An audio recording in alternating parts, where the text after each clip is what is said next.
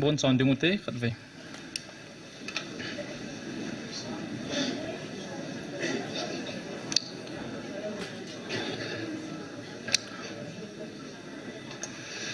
tuni khoin ai hon chilaya lungna chim tain pathin iwa choi theuven ikipazing layu ven inam mi teo isu piteo gen theita om hi isumil pove jan hi thil so chu vel se ngai po in tunin jan hin nu te ho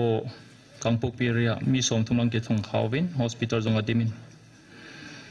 chu tingle isu pipau golhang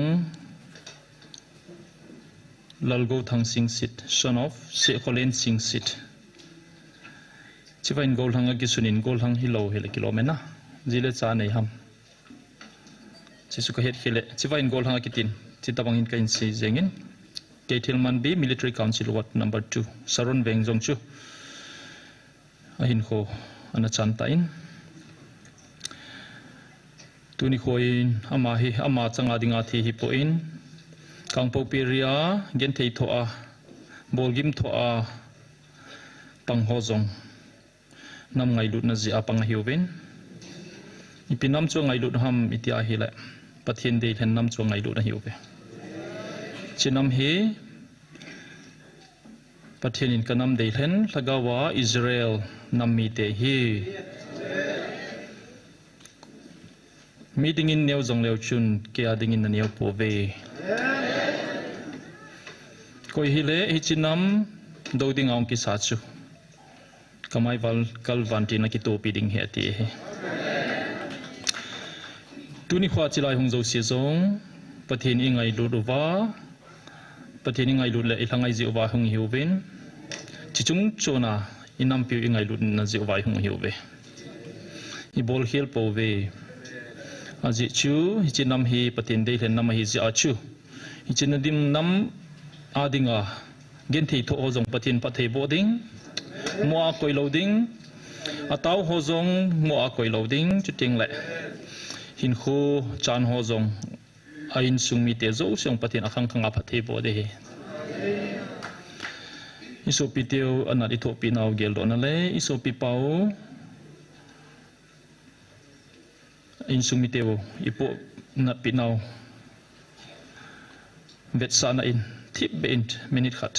hi teuwin chu zo ting le abani chal dewe tip ta diute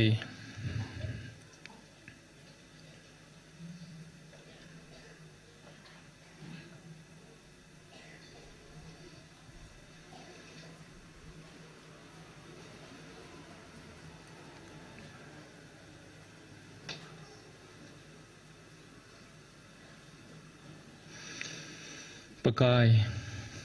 nangin mo tale mi ho noiseta mitang pi ho kida ta nam neilong siruwa mi hon su chimit a su mol phawa ven in le lole ka chena gam zo seu su mangding to gona nei la yowa nangin ki ho nei din pi wa tuni chan ge a mol pholowa tuni chan ge akadin zo hi zehin namin ka thangwa e mi hodinga neu cha kida ta musirum ta ka hiuve ki hon kana ki he ji povin tampi hon ka ki he ji povin ka kilet sawin ka ki bol thei sawin pa ken wang ka he cheni montin ka chi tain gamtin ka chi tain mi hon ipi gelu ham ti hi ka mo chenin pakai dei thik mi him ka hi lo hi pa izong le nang nei dong si rovin tuni chen ge in pa nangum lo hi le chun tuni khwa hi chilai hi za jong kong ki khop thei lo dingo galza ma mun tin ka than gam ven tuni kho in kanam mi teu chunga bolgen thei na hi atang hi line manipur government no ya service ka chan di zo seu le chan vo ka chan di zo seu pakai thinghang ka chan khom pi ho ki hom gam taw be pa pakai ka cha ka naw teu jong abeidong win center service om suntin an bol ki win pakai ven zan hila dong chun service kamu sa ho jong ka chan ding om ki de pakai ni malam zo sia hin pakai bolgen thei su gen thei ka hi taw ve zan hin zong kang pok pi langa pakai kanu teu pakai kanu mei teu kanu nga teu sipai hon pakai no mei ti lobin azia bovin mahapo in mi som thong wala ki tong khawin mi ni zong agim se in pakai pasal hang san khat hin kho zong ka chang taw ve pa pakai nang namusu ke pakai cho zo se ya thon hi loading a hi pakai nang nei din piu hi za ka hi nang ma phalna so ke hi pa nang kata sanove pakai kamit mo je ule pakai ka gen thei be se zewa Israel chate jong chu Egypt gama Pharaoh noya gen thei top be se zewa seilo tin cheng a sewa pakai mozil ronjong anop no na hoziu mo nga hi pakai again thei be se jing win pakai seding se loading jong halloween pakai nang ma dong ma jong kana se do tawe pakai kasin no ningai dam win pakai nangai dam ka thu me a he tim lo ji amo e we ho jong ka taw pi ngai dam ka thum pi we pakai ven panang zal bo hi ke ho ha namong monga nini jong ka din zo lo diu hi chula nang zal bo hi ve angol penin jong ka he do hi tuni ka din hi pa tuni ko in nang ma credit pe sanga ke ha na credit ki pe jong tampi kan om ki taw ve pa ningai damun tuni lain tuni sun honin pakai nang man nammi te he pa hilchin nom le he chin sa nom na nei om le au me pakai chidinga nei din sa hi pa pakai nangin sedinga nei pe zo se do thai dingin pakai ka hungding ta in pakai nangin ka kam kalai ka lungtim zo se mang chain lang kanam mi pite hole nang mangai du zo se le pakai nang ma kanam mi pi zo sen tu ni khwa nang ako na thu yeng do di ho zo se he them theina nei uwa a kitchen den thei uwa ki khel na pen do theina dingin nei mang chading nei kan tha nei online apang ho jong ka taw pi ve pakai om na siwa pa thei boin lang vantil cherup hon pi so ke nang mata san zo se pakai nang ma pi na ka fi so ke ding hi ka taw nai ka ki pa e pa chan phat pha nei pi hi zakai na ma khur op sa jesu mina ka taw amen to taw tele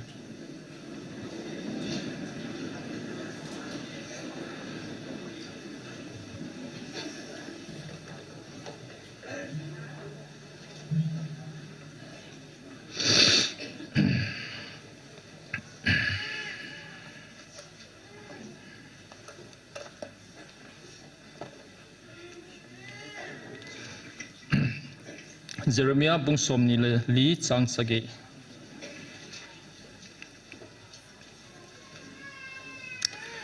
Jeremiah bungsom ni li chang sage ke pakai ka hi het nom na lungtim ka pe ding a hi chuteng kami te hiwa ke apathenu ka hi ding chuta le ka henga lungtim pum pi ahong kile ki diwa hi ke pakai ka hi het nom na lungtim ka pe ding a hi chuteng kami te hiwa ke apathenu ka hi ding chuta le ka henga lungtim pum pi ahong kile ki diwa hi lung sedin ta chi hi kanong hin zui win lang ken kan sim de ong ka se in zui ta divo Jeremiah bungsom ni lali chang sagi ke pakai ka hi het nom na lungtim ka pe ding a hi chuteng kami te hiwa ke apathinu ka hi ding chuta le ka henga lungthim pung pia hong kile kit diwa he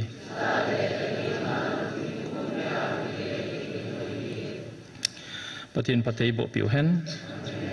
hi chi bible chang hi pathinin e hong bil naw vai sim do sa bible chang avela kain sima he tulai ta in i society wa ki khial naum jingin pathin vil na hi a het no matam tain lam kai lai tok so pang ho ge gein zong message in la ovin tu do chom choma hin dong ovin het dom na lung tim su pathin a pe do hitai ku ki zo lam kai ho zo se zong hi chi pathin vil na hi he so ke ovin tampi hon ata sanope a hin pom tho dio hi we chi su pathin til gon hi in mi pi te zong masanga adem dem tampi honjong he themovin a het bebe nom tampi tai tulaya e onalai hochu la supaya setanina mancha ho hi tabove pona hi ovin tu chung current affairs I het so keo hi in kangpok pi athil so chu imovin phache sa ahe kangpok pi itidin muna ina muvam ti hi pathenin them khat review boarding lungge leipin in saying katin June 2023 galzawa chui PTM pathin lagawin tu ahin sein June gate ni chun chima sanction suknu chung sang thu hi May 27 2023 nia pathenin lagawin nilha apungku ba ko na pungku makhai chan chilaya alhagaw gilo hin sol ho chu thu hin po sa suknu chung sang thu se sei tha so ke hi avel ven ka sei tain bel sei point katin suknu hi nili sunga ki chai ding he ati hin suknu area a ho ki hal chai ani nia hal be ba be ki chai ni chu nili hin ne hi chi chone heu hi te chuteng le chi chu May 27 jana hunga 27 28 pungni jingka langa chu langching ete ka hin bol pano hitai chako na sima chu nili nia chu alhanga na ki chai he chi zo chun June gate ni chu ni PTM June gate is same song chun June tarik 2023 achu current thapar in the way rati interview aku limite lipun chief promote sing chuni pi sayam kangpok pi area hangsi si sumang thena ding mancha kanei kilometer som nga chan su se theding mancha kanei tia national media ki phausa ta thu na sei chilai chu kangpok pi langa chenga ho chuni pi na gelovam nalunga dong he zengin aje chu kangpok pi chu bola ti abol dia go do he chilaya chun naza thegam nunglanga te hen amai lang zo okay ama sanu kha dia nu kha ama sadi ho chu he na amai lang hona za theilo anung lang hona za thei ai kidangi sound system aje he na hin ha sei going katin nai mura so jong le na kudan tun diu chu patin kaung pen ji ji de ke ka paw pha le ko mang ji ji he cha chun kangpok pilan chu aki hol hel he zengovin iki hol lel he zengovin chilang he ki chai momong di ta ayu pai ko nei po ve ti an ina kampau ina hawin azam dingi ki chuwin zam lo na ding jong ki gi uvin azam man jong yung movin gau thu sin jong chilang hi khat ve ki chai di he tia sei sa he tia ke ko ma sei kaloi ho jong o movin alung neu he zengove diam Malay hai milutam igen thena ho chu I ha je pharwa na ilung neu dan dan chu ka fi la hi direct ka lo ja pa ho ta ki ho jing hin June gate a chu ni ha chu pi hung tiam tia hi la patheni na hin sol ha gau chun tu pon ani chi chu ep chilai chi choi hon na sim le nei zui theu hi page 6 na hin page 6 na June gate na chu veleu chun ninga sunga hi chegam kai hi na Myanmar tewin alon khum dinga hitai sungnu sini zat katiam nili kodo thei kodo tawin na Myanmar tewin hi chena ko piu hi a felel he zingovin hi che ila zo le galzong nga tawte akitiuve nang ma ho han na awang ni thum to bang na tin zo diu zo teng patchon nem ki he to banga pai cha hiana na hin don khum diwa hitai ke masang ta chu ki sei na hap thu zaw lowa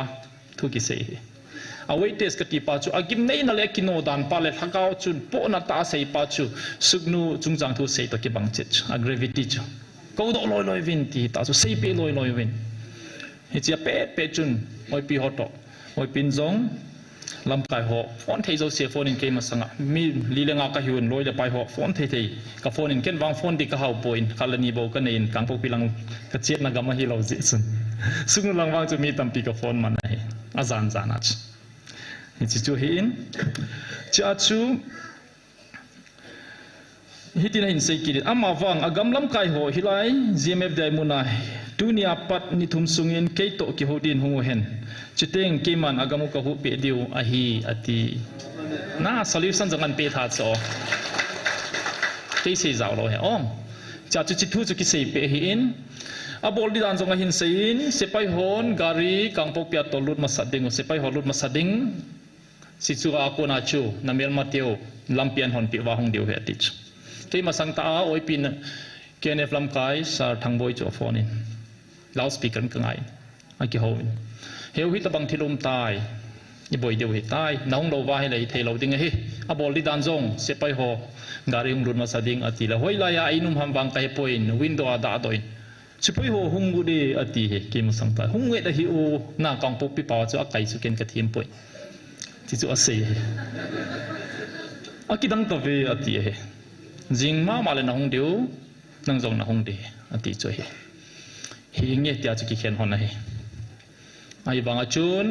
thu ka za dan chun jing jing kain pastor kharaga chin a hong deu aga matai mun tina pathin bel thei hi chi hel khel ngai poi ati minister nu na jing chun chilaimon oi pin phone ke din neina tau pi upo aboi momong ka hi tau ve hin ti aji pa wang hin sol ta poi hin la oi pu chun convince hi je chun athal hengding hom pa zonga hin solin pastor pautin gen vai pin hin join mi nga hong ove chi chu jun somnia jun gate nia sei jun somnia hong rong hi ove hitina sevin pastor khat jaunan chiwa simleu chuna kisun pastor khat jaunan nam se pailam kailu bo che mi gup zo hi ahungovin pakai hopi na changpumin akinung leovin evangelist ni thu ai se pe diu ham kiti chu a hitapon phone aloi ho se hiuve a se pe pakai ama tai nei ho pi vin I ha sam nau zo se pe we tin khat pan aloi ho phone ina se pe na hi na gala thu za to muna ki khina na he thimuwa gala chu oi pin thu sei pe wa chilai ki phong hi roban hi de hi sau cho ama zong ai wanga oi pu thangboi chi na chu ama ta hong theilo wanga chu apial ngam lo beidong mama chu hi mai theina a hin sol cho na adang ho zong amin pha dang kati representative hin sol he ama ho bo hi lo he chi chu hin Hagau chun nam sipai ka hiuve na tiwa iati le na nammi tewin namu tengule atiu githinga lungmon na sanga alungu ling lau jiu ham tia koi sana dots na ako wa pho cho nam sipai na hiwa tia nang hokoma na nammi te chu kitar do daum thei ham lungmong diu hilo ham na bol khilo ve tia phoch chichun nang maho in sung le oi sung di bo na gel ta je win nagamu hi nagal mi teu ka pe dinga hi tai tia sei khum chu na hi chi achun alai na be se win akap za ove abon wa ka buchu chapang kam ka be tiu chu oi pu pi de se chu na video ken pha be ka ve de ken voice ko ra ko nai kan ji do ji na chidni ta chu ka lo ahong diu he ni thum ati nya chu ke ka cho ja chu me somne sagya sungnu thu ase to chun a gravity a ho si dan pa chu ki bange ka ti the he amo mi gu mo hi ke ka duties la ya hi ja chu ka zaw talo ai wanga khon nga chu pastor pauting gen mai pe ya ko na detail zo se ka kila ki de cross check ka bol je chu atu ki se to cha chu le khabua ka hin su da he khat pa chun ato na ko ni ahong ki le lu in tola ki zamin pakai hompa hompa na ki do wo amin sei pong ka te chilai mi myong ki mo pha thei lo hompa hi te he je ngote na bakai ka chon sitai ne ngai damin ke chon sit ja kanam mi te aga le luwa ka gam lei sit u ka chan diu a hi le wang hi wa ki zam den tangi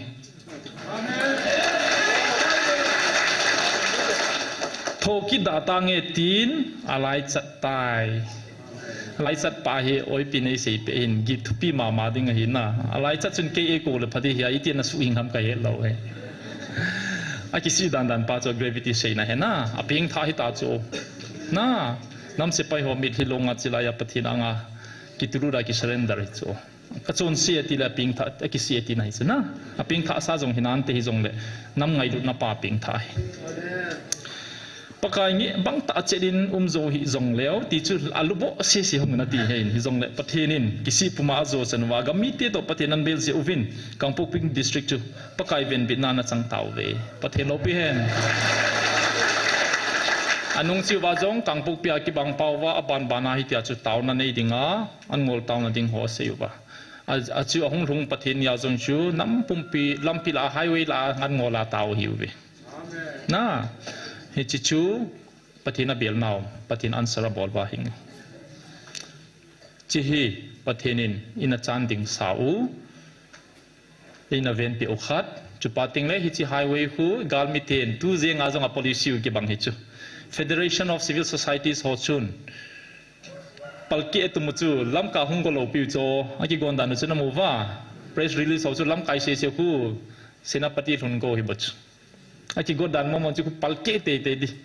government ขามนุงอาจงเกกเตเตวฮีจิไฮเวย์กว่าปอยโมดันจิขวปัลเกอวาจิไลน์หัวสุเทงุเลไอหอยตอนตลอดเดียวบัจลำกาลังฮอนหัวสายฮอนจิลังคนบอลมานาเตกิงเตกิงดิ้งแต่กิโมติจงจุดีเบเสลอยน้ำ diplomacy จีเฮไอฮอนน้ำเสไปลำไกเตียวบอลีเซจิวบาดูได้ที่ไว้กิตุมตุมฮีไอบอลเฮโลเลียนเป็นเฮโซปิเตฮอนน้ำลำไกกิจินซุนอบอลเฮโลมิตินาบอลเดียวมิตินังเลเกนจัสนาบอลเฮโลฮีจะจูจานฮิตุงาวัดสบากอนไอจาลอยบอลเราจูดีลงเงินให้ไงดามิกิทุมนี่แบบทิ้งเองโซปิเตฮอน้ำลำไกตินจาดานเฮโปวินอีเมลมาเตียวจิไลคุสุเกตุมบอลเทียบอลเดียวหัววินปันปีไงจ้าไงนัดดิ้งซุมปีนัดดิ้งเอามูเวมุนเจ้าเสียบอลเทียเป็นซุมิเปดิ้งอูอันนี้จะไอสุหอยดิ้งอูอิสุหาเดียวอ่ะเขาจงเลยอ่ะคนเทียคนเดียวหินอะไรจิลังอาฮีมุนตินาฮีไม่หาลุงไงลบที่เราคิดบอลเราให้เทียมหมดเลยโซปิเตฮอสัตว์กุรุกิติปาฮีโคอิมบัตเตอร์เบสหินฮินดูทีเชอร์นัสปาหินอีพีเซียมาหินอินเดียกำฮิกิดังตากำฮิอีพีเดียกิดังทำเตียฮิเลจะอมมีขัดชุนน่าโฮเทลบอลมีขัดชุนจง government รันดิดานาเฮติสุอินเดียฮีอีทีไวหอมาอีทีปุยเดียมาเฮอินโฮลิมนาเซเซเงิน Prime Minister ปานาบอลบอลเราดิจง advice อภิเทยติสุอินเดียกำมาเฮน่าไอฮอลาจงจุดที่หินลาอับบอลเทโลขาดมินจ้าตุยตาวางอมเทปอยติสจ้าตุยตาอมโดเทปอยไอวางินอินเดียรันดิดานะเฮอิน Prime Minister ปับบอลบอลเราดิจงไอเฮอาติชนะจ้าอมบิตามุเฮมิลาเฮสัตกรุเซเฮลำไก่เป็นชุดดิ้งเกจสิเจหุดดิ้งโกตุหุดดิ้งนะพาดมันสาเฮอตรงโลเป็นจุวัดสบายเอวเฮไอ้ดิจุฮิโตเฮปะทินเตานะมังวินลังลำไก่เตดิ้งอินจัดเวนะเตาตามที่นักกิดงเลเตาค่ะกาลกิปะราปะดาลำไก่ดิ้งเตาเขาเราต้องอยู่ไม่เทนอะไรอยู่เฮลำไก่เขาโตดิ้งเซวังไว้เก่งวังพัดตินากะเฮตินาเฮลำไก่ขัดไว้จังกระเด็มขาเราเฮตุนิสันินลำไก่หาดันกะเฮน้ำลำไก่เตียงลุงเสียดมาเฮน้ำเฮาโซลำมีไก่เดนโนมาคาร์กิมูยายว่าฮอปีโบกระเด็นน่าปุกเก็ตมันนี่ขัดเลยเนี่ยอยู่ตรงเด็กเองเสียจินอะไรเก่งกับเองเสียเลยตรงเล่อมวนประเทศน่ะเบียโลเปล่าเฮกับปุยปีอาตั้มจะหอมน่ะอาเบียลจงตั้มพิมพ์นายทุกสิ่งขนมกิน small minds talk about people big minds เห็นใช่ไหมสังเกต small minds talk about people average minds talk about events and big minds talk about ideas ทุกสิ่งขนมนะมีลุงเนียวหอนมีเฮมมาบุยปิววินมีเฮมทัวเซยวินลุงเลียนเจ็บหัวจุนทิลโซจันหัวเซยวินมีลุงเลียนเป็นหอนวางไอเดียลุงเกลทิลบอลดิดานทัวเซยวิตุไลวัดสบายทุเซยโอคุเวตังโบยโฮลิมเงาคู GMFDIT PS น่าแกเจ็ดชีจู่ๆมีเงินในบ่อยปิวน่ามีลุงเนียวเตเวติดองนักเฮดุตีจู่ๆเห็นตินจุกิตเต็งเล่ตุนิโคอินอภัยหมดที่ขัดเอาเมย์ประเทศนี้เวลซีซีง่ายที่ส่งเลยเวลซีซีง่ายได้ดินโมเนลเมนจู่ๆปีฮัมอิติอาฮิเล่จิลายาประเทศวิลนาฮีประเทศนักโกนมองฮีอิจันเกีย เหตุอุบายเหตุที่มวยปมุฮัมน่ะปฏินักคนมองฮีที่วังชูชัวร์ให้น่ะอิตาสนุวัมปฏินักคนมองที่โจเซนคนอินตุมุโบอาตุงโลนมุบามินทาตุงมุโบน่ะปฏินักคนมองฮีอิตาสนุชนะอิตาสนุวัยเล่พอยงา price กับปีดีฮีปฏินักคนฮีน่ะพอยงาเซทฮี priceหงกิดหงดิ่งโตโบ interaction class ในเดียวน้องตายเสียเดียวนะอาศัยที่มัม volunteer try นี่ปี price วังก็เสีย loading หอยตาขัดวังก็ปีดีพอยงาปฏินักคนฮีน่ะคนขัดหัวลอยฮีplease try ดิ้งหลังโซปีนเสียวพอยขัด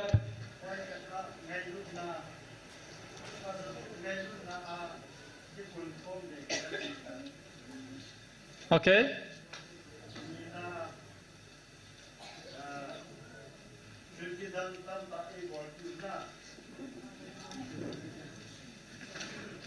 โอเคเห็นสินะมาอยู่มากันเปลี่ยนในใส่ใจผ่านเลย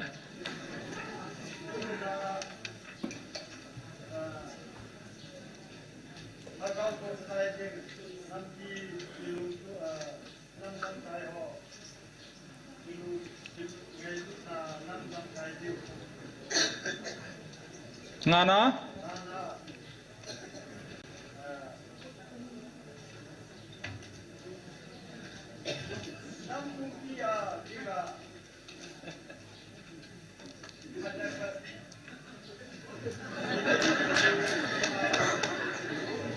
โอเคก็แต่พิวเต้สอบพิพาจงหอยเสียลไตกิปาเอาเมน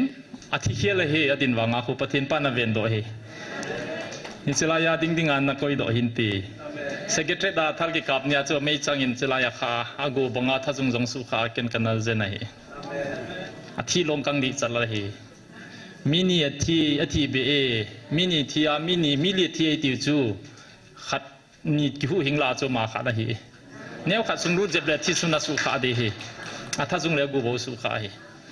นุ่งเสียดุมตาเห็นประเทศนินอาจจะดำใต้ประเทศนิทางเบาเวเฮงตัวเฮอิโซเลนี่กิมุปิโออ่องกิปาวมินหังสันตาเลงำตาเสดอปัสสุปัสสารุมกษัยจิวะหินจงเลขบวกประเทศนิกิสุนิน page number 328จิไลกะเวหิตนะอาจอยฮอนจิไลเลขบวหิน point จิเลขบวหิน point ภาษาปีกิสุเน at least 8 pointsสิกัลวาลจงอิเสดิวเฮปอยน์ขณะจิพิฮัมปฏินักคนหากาวทิ้งปฏินักคนหากาวจุอิติกิเฮดดิฮัมฟาร์จอนบุงลีจังนีจังทุมเขาบุงไอกิเสปิวจูพิฮัมฟาร์จอนบุงลีจังขัดอาดังสีเสคูอุมโลตบังไอกิฮิลจิวเฮหากาวตะปูตาสันฮิวเวนปฏิมาสาวเวนอติอากิใจจิตาจิงเทยูเวนน่าหากาวกิโลไอฮิโลจิงเทยูเวนกัจจิดาเลชุนน่าโอโลดิวเฮน่าดูดูไว้เลยถ้าเขาชุนน่ามาดิวน่าโอเดนดิวเฮ warning น่าโฮมออกจะอีกปีโจดีกรีสังปีปีอินเนยูวา theologian college ใจจิววาจิติไฟนิบอลเทโลโจเกจุนไอปอยนติวเลเลข้าอินสุนวิลังบังอัตาวิลังเวียติวเวนจุยติวเวนข้าตาหิติวเวนอาหุงป้าจงขัดไว้บอลซ่าหิติวเวนน้องตาเราได้ตินกิวติวเวเจสุมินินไอ้โลเล่ปฏินักคนมองหิวังเลวังบังอเลนตันตุอิติวินสุภาพที่อีพีเซโนมัมติจงไอฮิติวเวกตีวาร์นิ่งกิเปเปจูดีโลฮีสมัครนักกิเปเปว่าจีนี่ซีเจนปีโลวาฮิเล่ก็อีทีมโจฮิโลฮัมฮิจิโอสุเจนดิ้งอ่ะสมัครนักกิเปโลฮัมประเทศนี้สมัครกิตี10% ดิ้งไอเดวินไลจูอมอนสมัครที่ปีเลควอลิฟิเคชันที่ปีวังอ่ะจูเซอร์ติฟิเคทที่ปีอุวาวันกำไกดิ้งอ่ะฮอบใครเลยใครเราเรื่องกิเฮนไอเราหินอะไรไอ้เจสุใครนี่กิมัวไม่นมนบกินนี่อ่ะก็มันนี่พกกิเราโจสมัครนับปีเลย you are licensed to do anything maybe that's the kind of teaching the level of teaching the standard of teaching we have been through all these years hiti bel pulai ki pui pui vai hiti tiu hila la chui sa ki diu ham hiti je vai hiti wen hiti lai hiti ti diu he kan pat de ham na ami pi hola chuti tama pathin gela ki gela thu ki sei zo sia zo i sei jong le a zo hi hena sa sang ki zui te te cho gau sap ki chang khan te ki tia ala gau sap i chanu ta chumen so pe te ho gau sap chang te nam gen thei tui din munoi to banga gen thei wan noya tam lo he phat thei ki chang nai lo he phat thei bo dinga hong pa jong welcome i bol lo cho chiang chui ki he do lo chumem John 1 John chapter 4 verse 1 a question ki bol pa khu tu answer ki bol chulai bolai simji lo wong tu a chui piti ki sunam te ne pathen lagau chu hi chi an he diwa hi answer chulana Krista Jesu Krista ta sa phepua ahung na phong do lagau ta pu chu pathina ko na hi sei bedium lo very clear chisu precise ki ti chung bis pawa line chom sari se ya thu tampi ki ho pa ho precise answer na theologian scholar khat ka do hi le whatsapp message dim sera sut ka sim chai lo ka lul hu pa hi answer a bol na chu ni cha chu chi hi lo ham answer episode na sut ham hoi lai ta chu na hil chin ko ra na sei zo chong ki kal lem ruma na sei ham ka ti le chi a simple be se a ti chu answer chu a simple be se na ti ai le zon sanga chu nang ching zona ki gel chu la you are wrong there ke hi pathen lung sira ka he cho experience yung sim ma hi le khabua pes nga ki sun jong khu mini som ka ki che che dai chapang te ki hil thei cho doctor hung hi tila khu pes by pes ki hila pes nga chapter khu pumka kha chma jong ki hil chai zo lo yung experience ale a hil dan jong nok hi hil hon jong a het thei simple di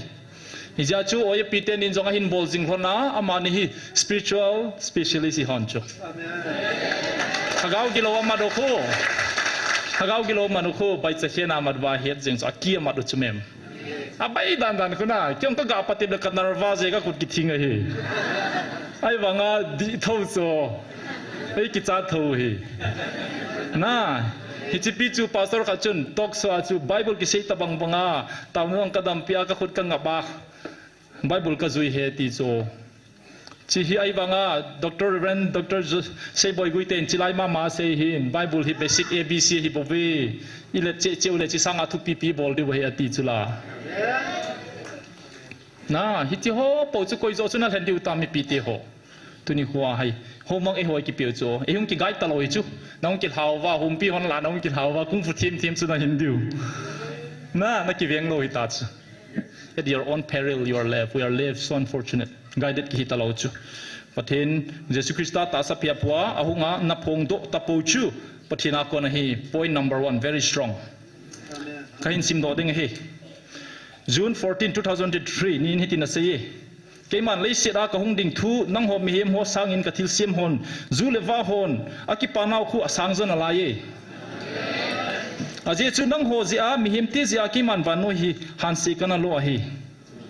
hi che chu nang ho chung bowa lung a hi poi ham se na lo chu gan hing hon jong gen thei piu chu Jesu Christ ong para chu ngai lu nai ne yuwa Christian kha chun pathin thil sim ho jong hi ngai lu diu cho thing na lo nai tu dingu gami mo hal lo dingu gam chaw jong ne lo ding kap lo dingu gan chaw tong hin khom diu cho eden hona chu adam le evi gan cha to kin khalo pia na kum sang len gama jong chu hompi ho to I chen khom diu hin alai chu thilum dan chu ale ho hi ti so si do wa he de chun something is wrong na Jesu pen chu al hi di pangai la nai lo chu athil sim wang ilung se the nai lo ti nai chu I level chu very low hin alai Number 2, June 14 nina say kita say kidin hit June 18 na say kita te ania chu chum lei sira ka hunga kalen lain keiman ka chanding ka henai ahin ngai lu jala keiman ka thu ahi keima hi na in hi che ngai lu na chu hi che bowa chu cross gal ka zo ahi bove ta sa pya hung thu ki sei hiloham diam kathil sem ho kawan til ho zu lewa gan hing nam kim koi macha kathisana kal hat do umpoi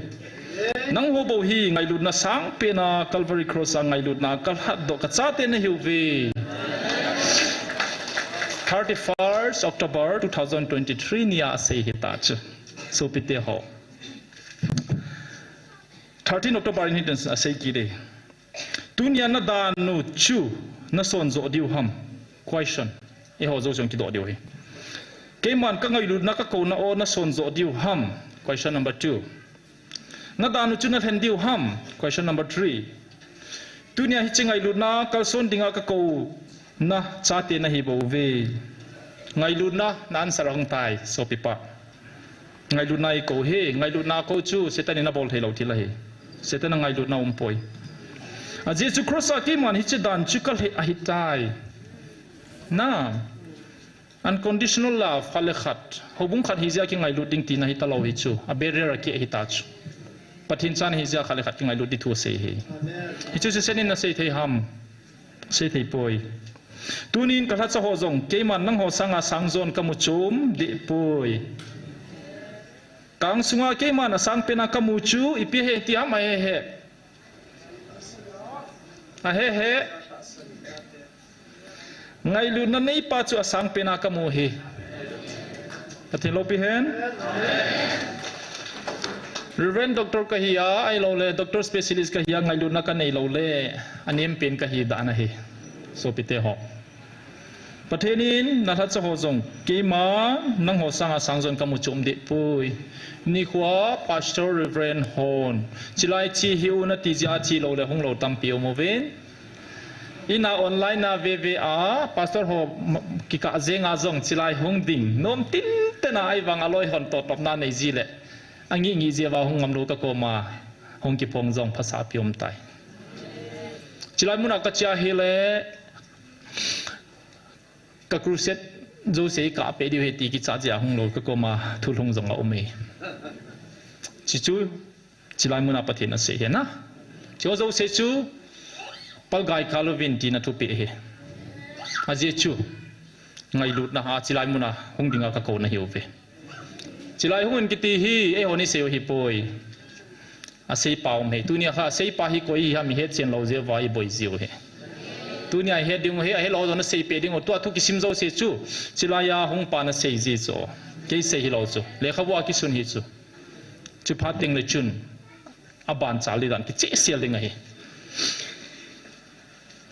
hi chiwa hong pa hin ke ma ha chung nong alpha le omega hing jing na pathenu ka hi vel tam ki ve se hi tai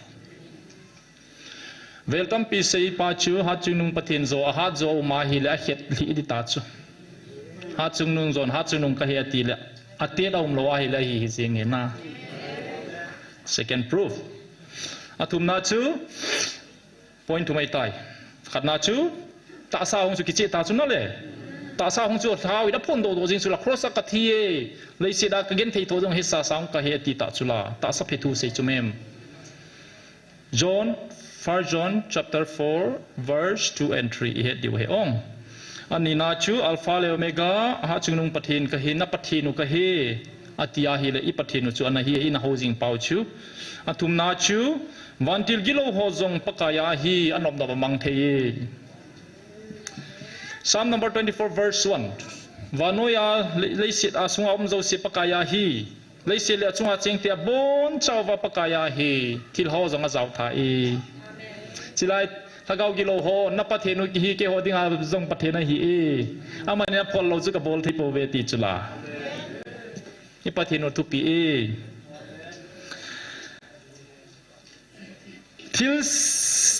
thil sem pumpi sem ki makahi lungheya nunem eginga kathu ngai te chunga kalungal haye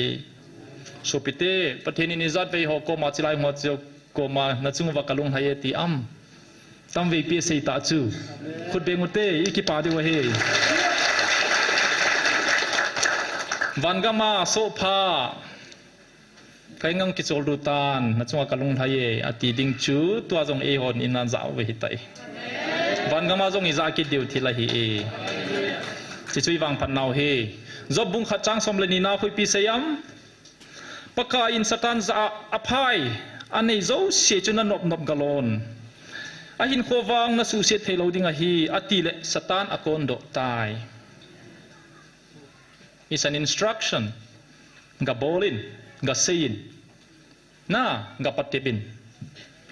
man cha hi chu service นับประเทศนู้นเกี่ยมากำอินจิโฮจูเซจงกษตรดอกเทโลดิงะฮีเซจงเซปงฮีนับประเทศนู้นกนกกระดาเอเซสาฮีเกี่ยมันจิโฮจูบอลเทนั่นแหละเซเทนักกันไอปอยเมย์กุ๊2023นี่อ่ะถ้าเขาเกี่ยวกับพงปานาเซจุละกนกกระดาเอเซสาฮีอันที่จุนะจบอาจูนั่นนบกะลอนอาทิตย์จิลายาไปกันนบกะดาจิลายมกิปนสาเหตุจอตั้งได้ปีเสจูจะขัดได้เบหินตีจิลายาจงมาเสจิลายจงมาเสเลยเขาบอกกิสุนไม่จงฮีส่งทั้งวันเวลาจุกันนบกะดาก็เสจิลายาก็ยิงกิปนสาเหตุบ่เวเอลกิเลบากิคานาเสจอน่าอะไรฮิจิลากากิโลมังจะนับประเทศนุนกันนบกะดาไอเสสาฮีอาทิตย์ละเสสาปาจูตุลายหงวิลจิงเป่าจูเฮอาเสสาปาจูอาเสดิโซเสเสใจตายที่December งานนี้2023เนี่ยจูอาลาสะตุกะลงตลอดที่เหตุที่หงตลอดจูวันหงลำนั้นจะให้มีลตลอดจูทิ้งอาเซียประเทศฮักเอาปาบ่อยปีตลอดวันที่เขาบอกหงตาน่าประเทศตกไอ้บางตุลายาฮีลุงทีมเสียสวะที่เขาหงตินลายปาจูอีปีที่นักเรียนมองวันที่เทที่น่าหงลำนั้นเกี่ยตลอดอัตโตดิ้งอาเซียปาจูอาเซียกิใจตาjob jong chu satan permission ki pia ball game thei jana ball game saya azol el phata ipt vel kon talo chula avela job ga su boi kha talo job se phat thei na gen sang ta na ji a chu dunia he satan thagau gilo ho he patherin amang cha theyati proof he ipiaman chadinga iti bowlinga se ham taga mang thai holdinga in sol lo picho chilaya hong se do chu thil ngai poin hichigal hi itabangal ham ipilung tum nia chigal ki bol ham koi ki involve ham koi ni pia dei ham ima zo se cha jong kisuna a kisun lo jong video record hichu hicho zo se chu audio tape August 5 nia ning kuma de tol pa chun atu sei ho chu hung kilik do a sei ha ai honi za patuya azun la ya chilaya apathin pana sei chai sangen thil boch ato gonzo sei pe hichi sei dinga ahung sola achaya chu December 5 a chu nong solta na jan hiai so pipao om te a hung chu na pathinin ko yaman taong tu a ai zola ko na hung pe chula pathin lo pi hen setan chu vel nia man lo pi chula job te patep dinga akina ki chaile kinung le a job atham kha ta lo chula thagau gilo ho chu kinung sola athane nau ki da ha sa hi chu to hi ma lo abol the de lo hi chu khat elephant ta ke wa ma khat ko brown chu ai wanga thane na nei lo pi chu he chi chu amo hung dinga phal ta lo mun thinga hi December 2 nia jong chu chilai muna video ka play go chu I het them mo be se zeu wa chu video ve mong utin ayel kelaba ki phone pa thu se ho chu tha ve luti imu kha lo YouTube ang lo chu tia ka play go da hi le pathin pa nom ta lo chilaya ka dina chu chilaya video track sound track cable chu di thailo na boi pi la 15 minutes na lawa ahung hi thei tai na tiu wa 11 ta kf chu kan so a ke vel ni ka chi ta Maharashtra lot siwa na mun khu ka hin vet sa go na hiu cho chilai ta chul hangau vil na hunga athu dang ka sei ta lo video kha jong ka play thei ta lo chi chun pi vet sa ham mo umum thi le lo chu pathin lagau ki phong khalo ahunga a sei le bhoin anop nop mena ki phone win anop phating le a det a fix pi ve ti ana sei lo ki ro ta chu a je chul hagau chun ka hong ding chu ka hong sei sa go da mi ka hin Gabriel ka hin sol le na la po ve ti chu chilai ta chu evangelist te chu ta sa thilana boy hi chu pathin an ready kha lo ai wanga ka kitip na bunga hungdinga god him hi dana sei akidan dan chu chinia chu ho hla cha ho taw khom jingni hintin ke chu chichung chang thu sei ding le thu sei ding ai ko je wa chu hil chen ding mi dim jeng hi chu phadanga chu chilai ka bo dim jeng a chinia chu ipi ki bol le le chu mi chu za chu di muham kalung dong so pathin laga hunga video khat cha ki play lo chu ka taw chu chilai pa ka ipi na bol na ham ka ti chu masanga chu hung ni kho det das ma sei ji china cha phut lo hello wa I khat in nei pa hong thei lu da thakau thu pon na mai thu pon me ti ja chu i marketplace talo chila hi chilai moni mun thing hi video phalo ho ki play na di ta poiti kalung kela seis ichi se seina sa sa tu ni kwa thil ho ho ko bru siwa ho hon tila tu ni khona vel sevai da pathin nagaw sap de chi ka sei de na tu na cha khanga gaw sap na chan deu hi aje chu kumni sunga chi je na phat chi sa thu ti sa ho na pho wa hi le gaw sap na ki chan deu hi ki he dovin na ho mo sei sei thei thilai poi chilai thil hi 97 la i bol ni nau thung ki sei do ho koi mana Vietnam lo chu lam kai ho jong kina ki tau te ti nai chu thu ti tha pho ti hi i he lo jo to category khat chet na hi bo chu china in sei ki wa hi le thil ha ki ho lo hi ja hin tu ka point sei chinga jong hi pathina kon hi ki che sel ta chu na pathina kon ki che he ti da chi tu sei zo sei pathin tu sei ti na hi chu chi tu ki sei zo sei sim so ke dingu lam kai ka hi ti on jong pathin lung gel he nom vai na sei ho lam kai on jong pathin o ka za no men ti le chi hi ti hi pathin o ka ti nang ma hu hing na ding le ho bung mi te hu hing na di bo ka sei hi lo he nam pi hu hing na ding ka sei he i nam pi hi ta sa jong hu hing na chang ding poi mo hiu chu hu hing nei chin yu ma hi thagau hu hing na ta sa hu hing na ke sermon bol ka hi lo chu tu ni hwa hi na sei ji vin doctor hi la damlo ki vedin tin cha khui pe ga bo bo am ti na se we ka he na he ku ki zo ka ti jong le ku ki ti lowa ti loi jong no me na nom na se koi ma respect na pe lo pi chu sei thei su thei thei di nai feelings nei lo ki hi lo chu ke chi wa ka din hi kan wa din ka hi lo chu pathenin ei ngan se ja chu oblige ka bol ni pathenin ni bolai ngan sia ma te le nam ka ngai lo ni chu so pi te ho ngam ngai lu ti hi chi galum zo pa ra ka nei hi lo chu MBBS ka simlai pat 11 12 ka hilai para kanam pi ding pi ka bowling ham mi nei noi siu ka feel so MBBS ki chia mi hon hon naum chima agam a state an kine yuwa ei asu samlo manipur ka hi tiong za cha rom adu da na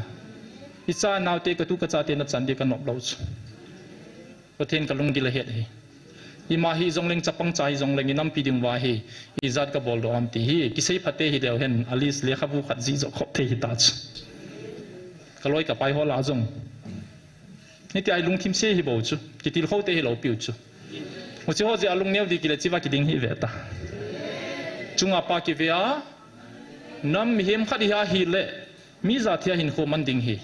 mi ho noi sia inu mei teu mi hon ki chep na ne ya nok naw mi chu hin lom lo hi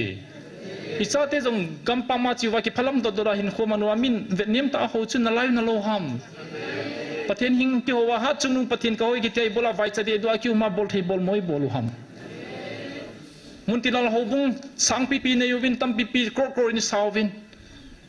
i pi bol ham ka heta poi so pi te ho zia hi na nop nop sei ta hi yuvin so pi te ho zia hi tuni khwai i bola ku ki zo ka man ham ti lam kai hon ku ki zo man di ti za ka man he simple lam kai za ding he nang ku ki ngol pia zo mi ngol pia i ma cha phadi hi lo pi chu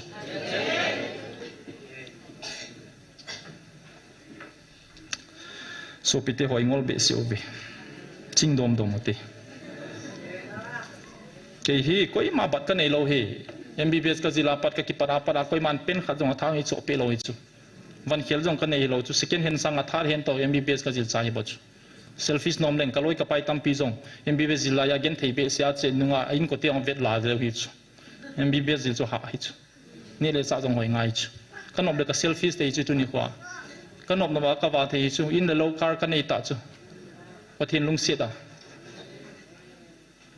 pa selfies te hi chiwa ka din hi nom lo hi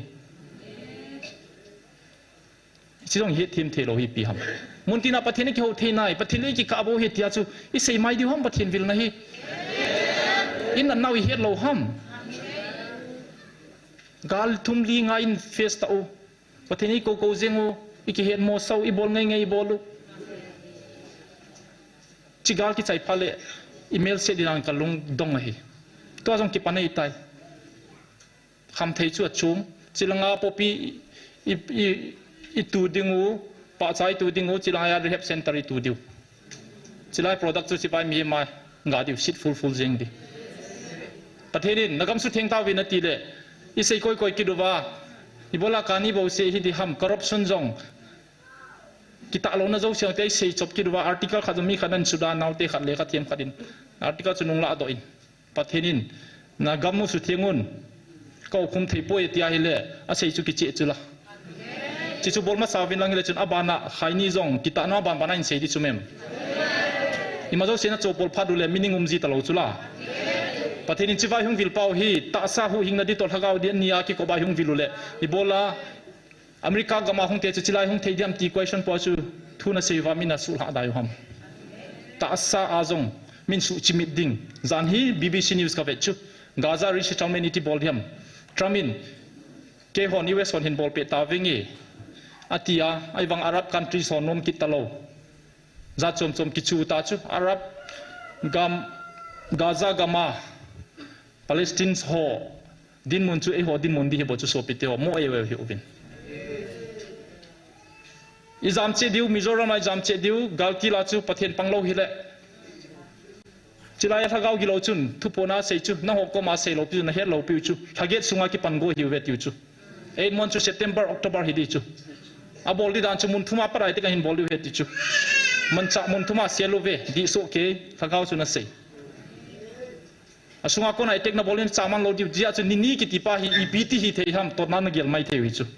asunga parai tek hong ki bol di hi chu phai sunga ho sei na hi lo pi chu chilaya mun thuma thala hin koi dingu thinoi mi dim dingu ke lungge la hi kai sab dana hi moi rangam hoi la ham khada festival sangai festival bang khada hin bol dingu mori akona numei chapang oin tha lo diu festival a hin tiu wa pasal se se mu wa man cha to jing I mut ka wai chai diu boch iki surrender dingu in lo sa hal chai dingu hing hi jam dingu yung kile pateng le tua gaza mi ho palestinian ho a rehab center wa ko na hong kile wa ain wa hol mo tau khula city khu bang ho e ho sanna chui ma cha hi 1% jong athing poi a ho sa pen ho jong mi dingai ma cha hi lo bochu ki bol thei sa hi tau ke vai cha pen ka hi do ve I chi dingu I ma zo se game gam ding hoyai chan diu mi se ngai diu chi chu october september october a boliu to gon hin na pathian phan pal poin ke lunggo na hin chi zo se chu ke ki son pia gala bolo hiwin tu hin ei kan chom tai ka thul gon zo se do dinga chila ya ei sola he nang ho keng kono en ko ye ti chula ni chi chu ei pawa se chu bola thil ha ho ve ko bru ho te na ti the te ham gau sak chang ka ti he tu ni khoin chigal hi kum khara ki chai thei di chu ka sei chu me juna chu chigal hi it's a win war le khabong ka su ta chu chi hi gol zo ding yu ve kamu chen chula pathinei din piu chula a pathin pau ki kan choma hi le gal zo sai chu mem gal zo chu gal ki chai ti na hi lo chu zan hi la pu pe sin a sei hil khat anom phai na sei hil ga ti le anom be se point hin la a quotation chu ka vela hi le nagalo ka zo pi tai ti thu hi chu aman gal ki chai tai ti pa chu tang slip a he ana he thimu te so pe te ho aki pa wal ji a sei he na thu pa tam pi sei thu pa tam pi zonga bol pathian na bel ak sei khat tang slip je bo si a chu mun ti ni sova sei lo din tin chengi sei chu pathian na do hi chu so pe te ho you have no respect for your leaders you are not fit to be leader ke ko ma jong complain hin bo bol jengun koi chom nei so ham direct in phone tang ven ka ti ji hi chu aman mi sei ngai poi aki sei zon la kana poi tin le ka sei pi ding in tu jing ka zo ka ki chet honin mi sei ngai lo dan zo mo sei na ngai lo pi chula aman pi sei yong pathen pan chilaya na hol lam kai hon ko khom win taw khom bu win lam kai ho jong ki ngai lu na lung khat na pi wing e ti hi chu hi chi so mangan se a zo lo zo sei ngai lo zeu wa ke jong mi pi te ko khom dingai ngan se ja chu ka bol thei sen ka bola pathin zala su thei se tho a sei ngai wa mi hi za ki khop taw hi na ke je hi lo pi chu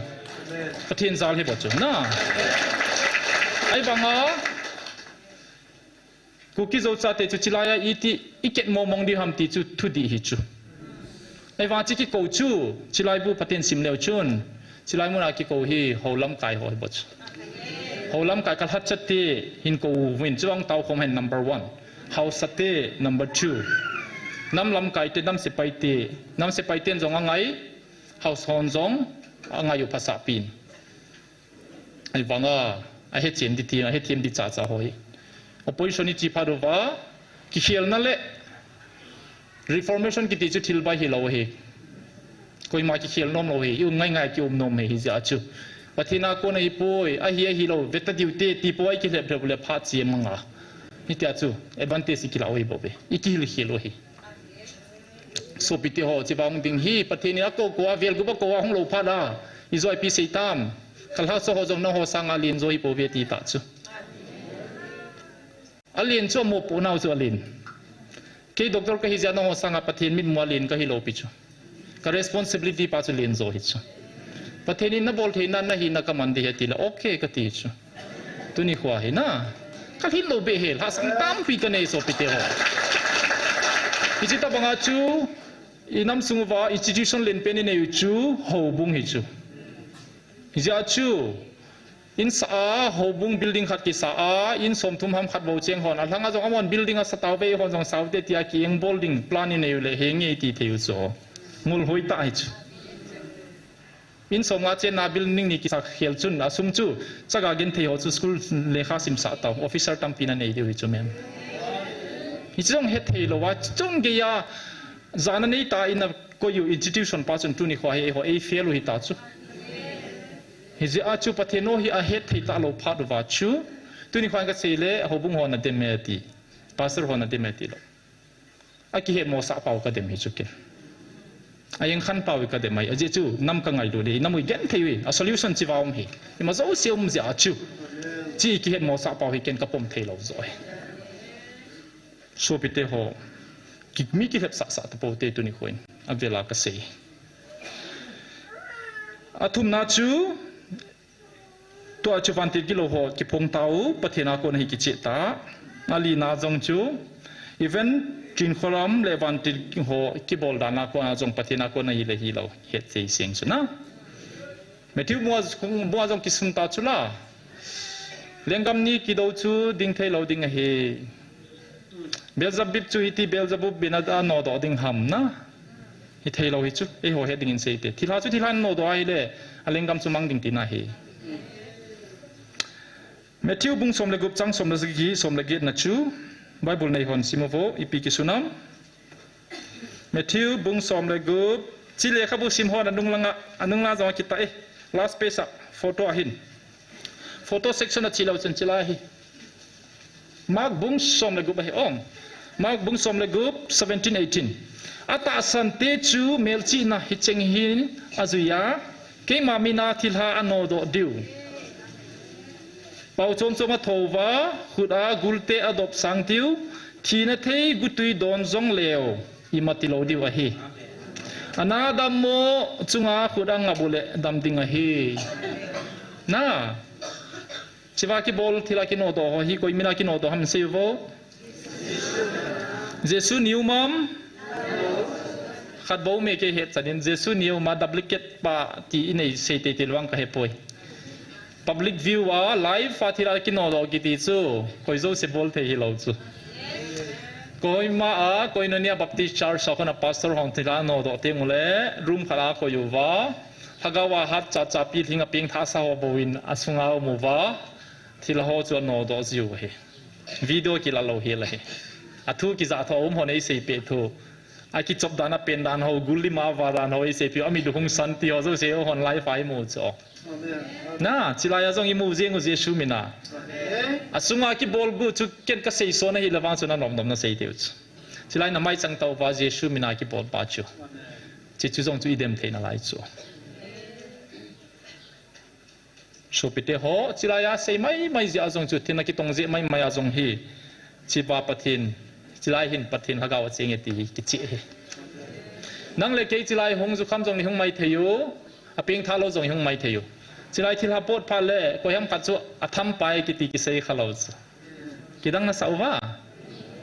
ibola mi ho chun thila thagawa ha lo ho lu sa lo ham tia hi le thagaw gi lo khun chun chen na de ho ji ja chu khat alu he khan te tiu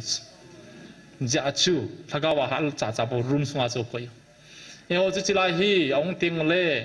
van chung langa vet ngam lo chula na chem jam choi van til khadau me ko ka tu sei pira jong ka chungau ma hi ama ja chu zungol be khadong jong le thil haina tham ngam lo ti chi compound se hi van til ten bu sa hiu pe chung langa si te hon jong chilam pi ya zut jiwa ka chingam ta po be ban ti lo me tiu chula amang mama ki ponu chula so pite ho I chan lom pathianin ipi example ipe diwam ipi nga na layu ham kewang kalunga donge point li ka satan point nga na chu pastor Elvis Neller hello yom lo diu hiu be chima sang chun chil hagau chung sang thu ka sena chun point li na khat ka hab no min ziriba ma mel he no me le chapang ho thi na chung changa hi ki hal talawa thing hang mi chona chonova avui thova icha vui na wa chu arambai tengol lam kai robin bangang jong ka chi a thu a sei chu a se ya chu chi ku ki zo cha te ho mihem jong hilo mihem to jong bang lo i cha ta bang gan hing jong hilo i pi pham ma minute khalang description narco terrorist sei thei zo se sei chai chi zo se hi adin piu khat om je a I mai lo zo lo hi tia phon do chala e ho jong ibu do pakhang ba ibu do I pathen kom vai taw taw le khat be ting le ama zo hoi ki thopi diu he tia ki hamon chu Collins ki tipan hagau thu hegil pa hi ni pcm tia hi le nam nia ki do tinga hi le apathen teu jong ki do hi na chikale khabu sunna jong ka jaw sak nam ni ki do phateng la pathin nu jong teu jong ki do hiu ben pathen ha zo nei nei pa chun gala zo di he ti cha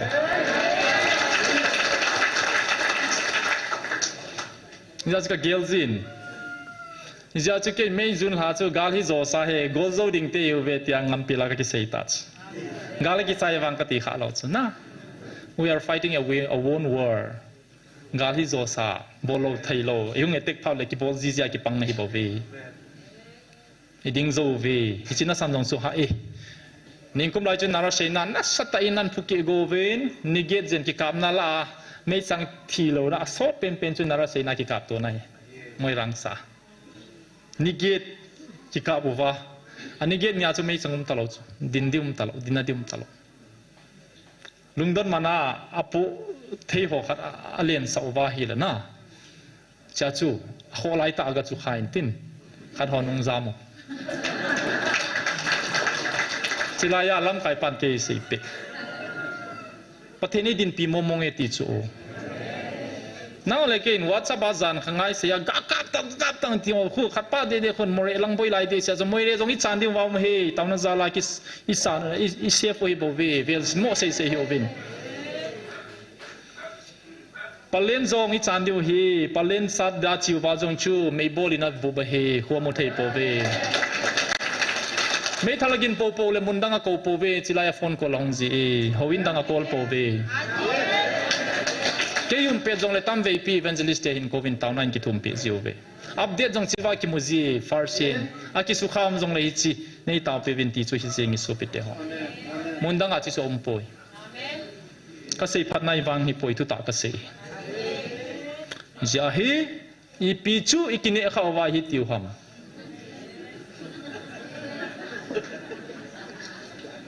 na izat ve lom sei pe ngaya izat ve lom ke jong izat ve lom kat pen ngai ham ke le khazi ni tam pi ka nei chu to I chai naw te ding le khang ka ji banum ka chai thelo he ka lung dut ka ong ngon pan pan ka ti le pathen in chelai nang ka din ngai ti ji la ka ki tha pa ji che din ning a hi azan jana hi zan khang kha kong to ji ta cho chi jong hi bai hat vela ka in bu so ji ta chu tot na hi lo so pe te ho ke bible sermon ding aung ka hi lo pi chu mathematics physics banga physics ka hi tu ni khai physics bol na he ti chu kalung ke lang tilangin aji chu thil so ho to idin mun pau hi la khom kai khom pa hi pathenin het nai pi pa hi chi hi ei pi pa hi sei dinga khungji ka hi boch izole pastor ni sa kha le na hi lo deu hi tu ka sei ho jong hi ke ma chi na ka he di khat cham poi thu gu zo song tam pi hi ke ko mong ki sei jeng chu ma ka sa chu pathenin I khat wang a bol le ti pa chi hi pu pi sin he lo thu gi jong tam pi ka he so ka sei pi nom los na om hi jong le om dan in ge lu te na นี่จู่ๆฮีโซปิเตลน้ำวังเผาฮีวีจู่ๆอีซัดดีกรี medical doctor ฮีนาชุนเลขาซิมิน% ตั้งพิลมินไม่เลยฮอเลกอลโฮเดเดียเบงกาลีโฮเดเดียคู่ดำโลตรงขลาวะเลขาบุยนาซิมามักสังตาตามูโกตามุโจ practical thing hintin medical กิติจูดำโลนาโตขลาวะดำโลpas nunga sang pp percentage mua dam lo mi azot nom lo mi dim se li cho a tho bu a het so ke oi ba applicable thei lo cho dam lo to kin direct di chan ge jong het lo ya je chu what round practical class so chu jam je mu cho le kha ba sim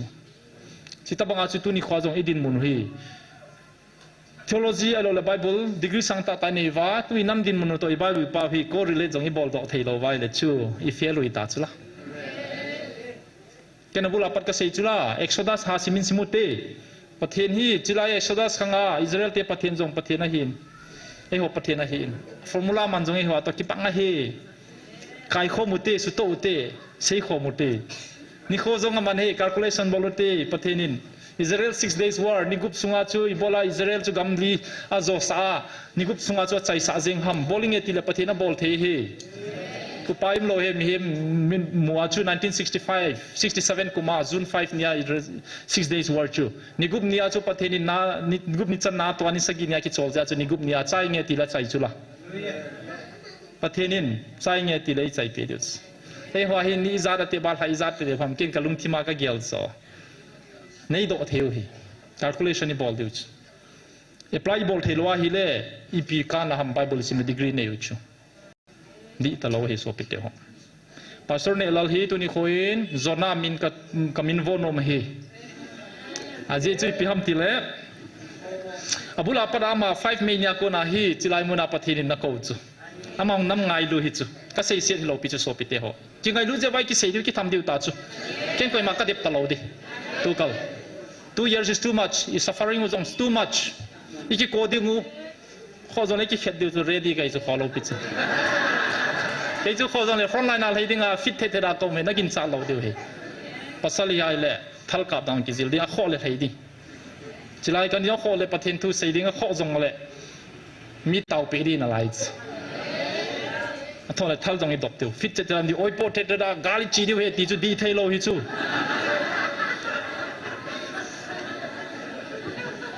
giờ chú oi Elvisเนี่ยเราจงประเทศน้ำไงดวนนะฮินี่จงเล่chilai muna ma taina se hi kadin namuna hi pathen hinga katawin chi pathen a ko na hi lo le pakai na ko na hi lo le thip satan agaw gi lo pai ki phon tha sa in ka chi chai che le thu tha hin sei sei jeng ya ti ni lum ke ya bod hi chu chilai hi mei som le tarik som nya chu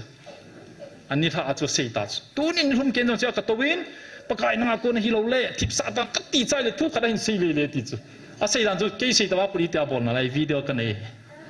a video proof me so pite ho na declare about so ai wanga I bolang talo mana na ki do de hi chi jong so ki sei do chu lai mo na I bolang thei talo ham ti jang video me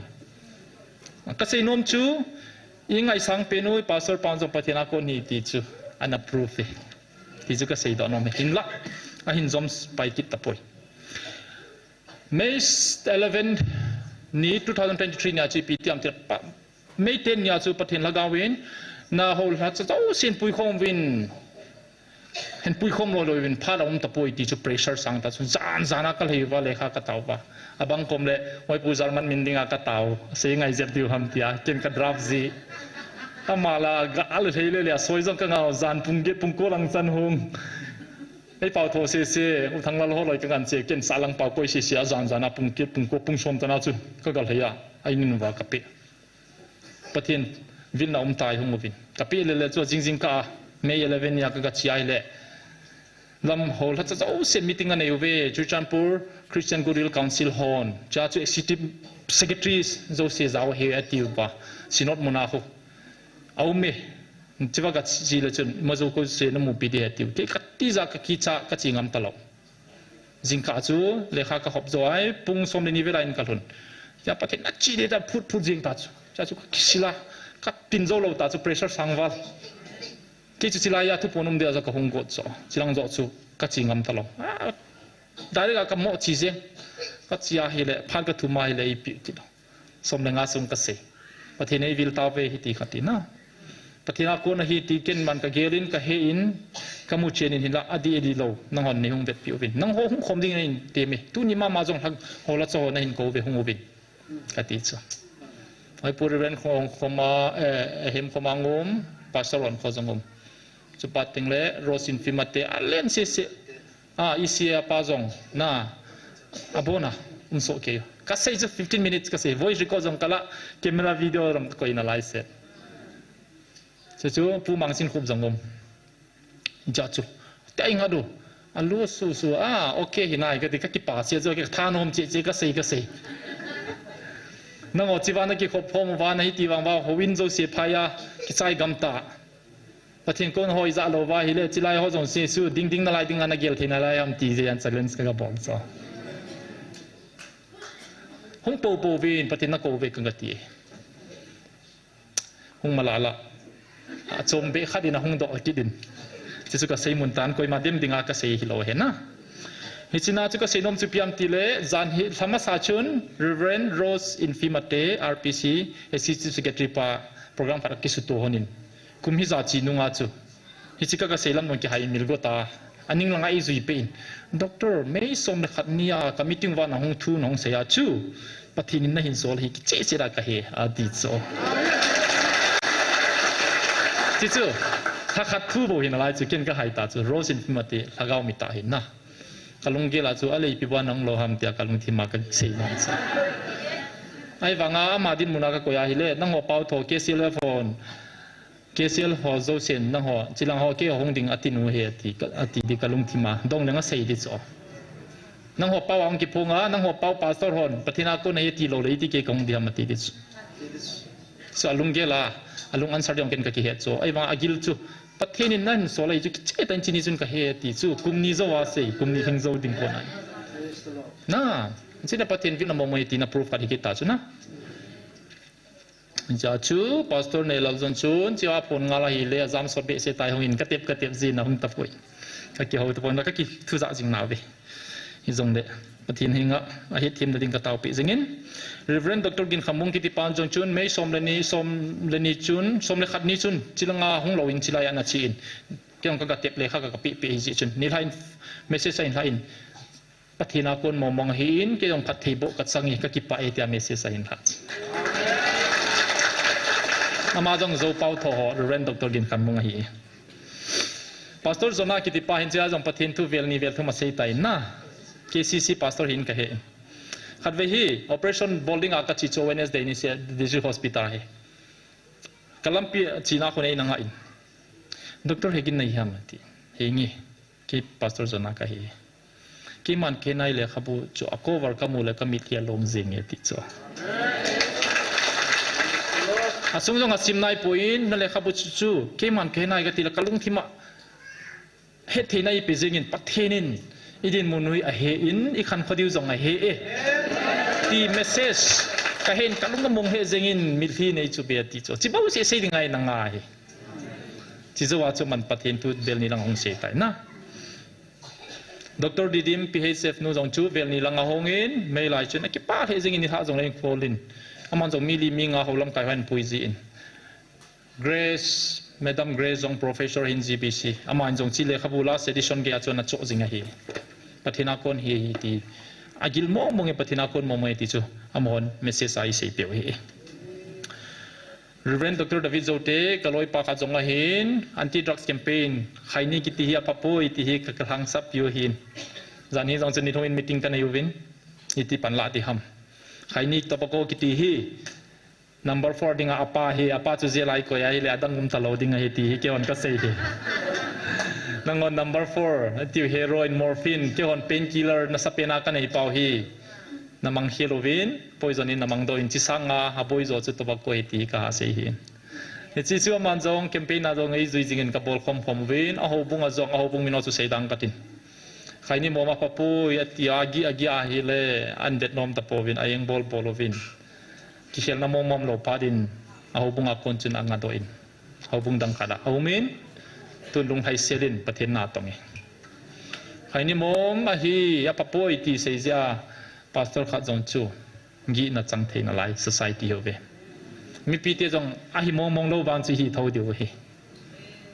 a hi chu hi tia ka se he ken tu ni ko in khai ni poison a hi pa poi khai ni hi mo in mom da le hen khai na nicotine khu thagau gi lo setan thagau hi chi khun kham thei zo se tep nom na lung thim il ho bu sensitize abo le chu khai ni mom lo khat chun thil dang a tep nom lo hi chu kham thei ki ti po po hi khai ni nan mom pha teng le nicotine khun na lung thima lung gel ki dang khat a hin ne ya na thisana be den na ho a chi chu na dang tep be nom nan pe jiu wa chu khang dong ho thil het be nom ho ling a chu aban ban tep chu wi hong to pia brown sugar hitia chu chal ji hi ta bo be tu hapta sung ma jong chun hiu nidal bong masa ka operation chu ka sei tain tu hapta mo ma chu nini ki zoma hi nidal bong gol hang pasal ni hung hi zania khat be ni masa khat na a dona chu sum tam lut be se di ja chu rehab ko na hin pui hin sei thim ka sen ai nu pa te ogen theina ka hin chu ti tan te ka ti kila do jong le khat be dan sut ki tho di ja na ta chu kana heba kanung sol gel he so pite ho nu remi kiti hi I society o ku gi zo society dinga pathin na man cha thagao lama aman asia hi le reverend doctor thagao reverend doctor ka hi e thagao mi da pathin in hi chi san bo chei pe hi akiti hi ama chon June ningkum 2024 bul lai jong chon atu sen ho se jingin jmf dia muna thagao to pon khu dem hi be uvin tia hi na za kha diu china chai mun dem the hi poi dem hi win dem khel kha win te tia athu sei na ho awarding ana pe so ninkum August 4 nia chu pathinin zipa to achapa to chilaya hin sola thua hin sei so pathine in sol heritage evangelist nun jong alungela coding alungelung khatbe kheu hon le alungel hon ti banga hung hi Ija chu sei chu tu tampi seun pung kha le minute somli thunga sunga sein phat chi lami hepo be amana sei chu thagau thil hi thagawa kon thagau mi hobo na he thim ding he ati amana sei hi a thim lo te jong a ki he lo win thagau boin alung thimu wa he thim thelo na api hi win I mo dem lo ding o I tau pe ding le hi chi thagau thanei na pa chu sul hap na ding zo ai tau du he ti tau di na jong he lo a sei chu inam sumwa ki to lo na jong hi sei yovin khale khat ki muda zia ki to thelo inni gelovin hin la a ki chim khat ma hi e ki to theno la thagawin na to se hi chiwai taw teng ole hi chi thagaw chu I samding u I kan chom deu he tich chi chu Peter Wagner ki dipan le khas chu na chu ip sudam tia hele chi chu strategic level welfare prayer ati chu amon taw phadun le oi pin jong a seizin sadhu khato train na to khoma hi le sadhu ko ma pathen thu sei ma sanga chu jesu mina thagau gilo pa chu ka kan chom ma sa je ti jesu mina thagau gilo chipa vop mina tum pa hi jesu minin na tong thelo inom hena tia pathen thu asail ji phale ang ina ngai nom ve ti cho Izia chu tu ni kho a mo yewe ho jong hi a ki hello bang bai lagau gilo ina to mu pa ayo sa hi Inja chu namo lunghan lo ding o namo so lo ding o ni thum ke ki ami to na ki ne lo diu la chi se na he diu hi inja cha sei nom se hen na a sei sa pa chu tau pe diu ami chu ngai lo diu a la ga ki lo chu fai diu ti na hi chi chu nu re mi message sa he chi ba hi chi chu hin tin chu do le 26 October chun ari mai naga ki ti pa chu mi tau dam pe thagawa hingjing mi khat pa pathin chilai na ga chiding pathina ko na hi naga phot chen di hetich naga pa chu bola chilai hong khela akong spinal cord na ne ya minute som nga jong ding zolo minute som sunga chu pathinin chilai mun na hi pathina ko ni ti sei ding ai sol he ti ame le pa tung sei sula robot ki ti pa jong chu itabang mi hen yawa pa din ka he e pathin chilai man nom zia a hin khoena pui he ti ang sei robot qualify hong balls ye honi het kha lo piu na chi chu rimai naga ki ti pa tu sei hi Dr. Rini Ralte ki ti hi professor zonga hi in head of department zonga hi in UTC Bangalore India dinga Bible College den pen chu hoi lai hamati da chen hi dan hai Bangalore UTC cha chu professor khat chun 1st February thamasa ta kha jong ta kha chi be ni chun message hin thorin Dr. Hegin nahi ham ati English pawin ke hi chi ka hi GMFDI na ministry to kaza in inspired ka he I got so much inspiration nasa tayong kalagaw hin ko isu thoe tits nakiman sada no ni sein ka ve iki ho thei di ham ti a thadong na nei pale ke ho thei diam ti ke ka pai mo ni luma message ong reply man lo reply dinan jong ka hello kidang ka sa zan pung som langa in ka lum zo a ka ke ho hon ka ke ho le ka nga thi ton lo pung som ni chan pung ka ani ka ke ho hon 1 hour 55 minutes ka ke ho hon chala to sim ka sei zo se ong sei thei zo se ka sei amazing praise the Lord tizing akidang e ti chula tu za zo se hi amana sei chu nilibo hinalai I heard about this only 4 days ago atich but it's still better late than never kaza lo be sa nga vai ge jong leng kaza chu kwang pha ka ki sai ti so ale ka sein ko chilai ho bung hon na sa tai nei demo ven hiti ti no men hi jong le asu tang zo po ve ale chu chu itia dem theu ham ti ta so itia dem thei mo mong ham adi po ve ati chu ama jong he February la ki chai chu hong go he in jinna di chom choma nei in ka hong ding a hi hap ta khat be ka hong kholai len di he ai thei di le nei sei pe nei tia you are welcome ka tin message sa hin thorin president rulom je chun kain ko te ki chabe se jengwen ka wa to de aphal povin som khat nei na nga ta di nei ti khat ve ni la chu se na lai itabang Bible scholar khat jong chun gala ko na se ya chi chu isu chiwa iso pi paw le lem khomolo pa chuna ama student na hiya ama ko na he ale chilaya hongjing ta san khat amin sei dang katin aloi pam pastor hin ministry za chum chum bok la hin chilai ta san regular official khatin kaloi pa to ki tho jing hi chinu chu ka he ma mai ti la ale naloi pa to ki tho hi le naloi pa ni bola tu chan sei pe lo ani li ma chu he be pham kalung hang thi ma he kana pho he a sei pe so la pa sei pe dol li ta lo ham ka ti pe chi chu hin om te ni pi sayam so pe te ho zan hia om te thu sei zo sin na khurin tung vo offline a ngai hon zo om te ya zan hia khat ve ni zo na ken zan hia ka het be zal ha ka ngai be a number jong zan hia ka ki hol do a tu jing ka phone a hi le tui ma ka phatai brother atia tui ma ti kana ki le tai ti chu ken ma het leng ka ki mu pi te de hin na chi chuin jingka chu na ki le tai ipi bola ham na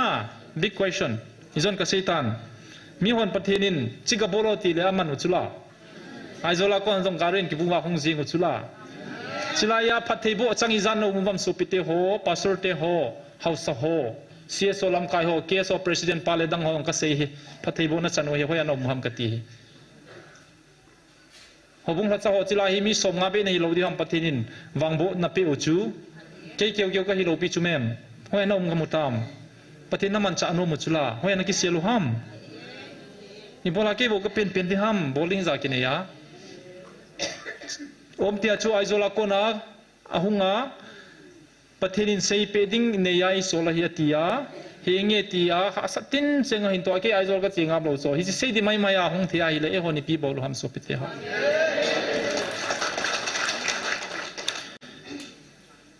pathin ho hit kiti hiti ding hi bo ve pathin ho za diu sei na ti chu ki che ta sei ding bol diu hi so pathin hing ho hi chu me milim ho hi lo piu ba i bola bible no ham ka ti chu bible ho e hon pathin ho lo piu ba bible ho hi la yum san chan hi be tong o Bible pau theology chu mun khara sei to mun khara sei hi za chu me chu mem za chu doctrine za i pen to sau hila pathian hing chu ho ta leo hen a sei ki bang di chu la mun tina namlam kai ho jong ko twin chilanga bolvin ke je chilai tilen thil chom chom bol ti jing ke u coordination thelo piam ti la lam kai chu mi hi je cho pathian ni lam kai te ngole chilanga hon chu ko na bol hen te coordination di cho Isiding at pathinay ko ba headquarter chilai ding ai ko ba hong tao khom po ven ke man na guide wing eti hi si chu hol ha so hon pathin hi chi ai sei zo siwi pathina ko ni proof ita a ai poi ti te lai siwa chu ti ma chal deu hong ke se khel bo na gel ding o oi pi se khel na gel ding o evangelist nu pau khel bo na nga dingu hitia chu hin hoi man chai dingu ham pamai be se lo ham pathin ni sei chula chila hi zon in zong sei chu zon bung som ni la khat last verse chu pi sayam pathin jesu kristan athil bol ho zo se chu le khabo ki sunding hi le vano ya le khazo se ket lo de ti chu ani bola chu chi hi ma zo se he na ti theu ham ken ka se hi chi hi if not even 10% of who God is not even 1% of who God is pathin so le da le di het sing lo diu vai noi ka pe ka thu ati hi chu bible zong ati lo pi chu hu hing chan na ding a hing set wang a hi lagaw hu hing chan na ding a ai wanga pathin ima zo se describe about zo lo hi chikal bala pathin na to thei ma mai ti he lungai hi om tia chum pathino za in 2019 in pathinin galum jong sei tai galum ding hi Burma gal ki pannai lo hi Burma gal ki pannai lo Bangladesh a gal ki pannai lo boy nai lo Manipurang boy nai lo hi se hiung boy ding abana future tense a Mizoram dom boy de tin alai chi future tense in alai chu Manipur hung ta chu Burma ong ki pan chu 21 hin ka he 2021 tu chana chi thajing tu hi Manipur hung abana Mizoram mi piti ki hello Mizoram ti ja chu ki ging ding a pathin hung sei pi u hin oi pu German in ke ko ma sein galti lai chun oi pu Dr. Pu galum diang kana het a hitai chipana sei pi ja het ham wang ka he poi hin la kana ki ging poi etis kana ki sapoin galhung pha chun ilel diu ka he kapan di danom ta poin kain ko te dong ka vai ha jing he ti chu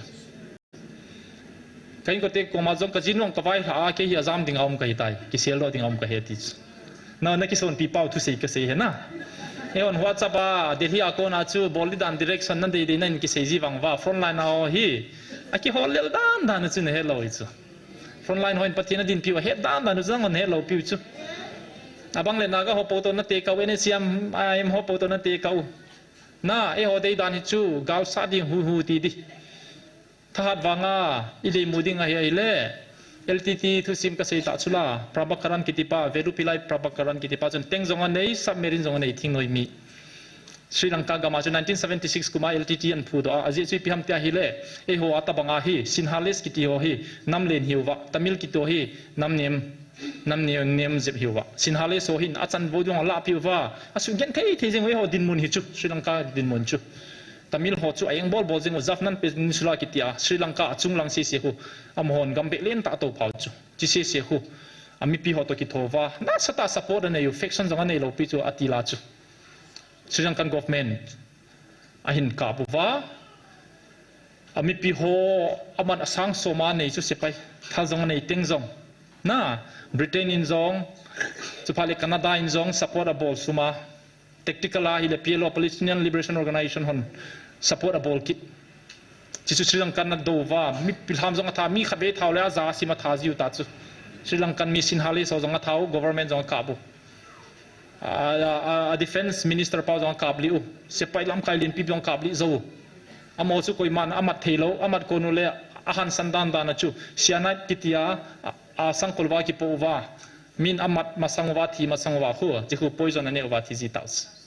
koi ma hing hoi thu ki se chu lik thelo hi san ge ami pi athu zo zo lam kai hi chu na ama chi pi tiam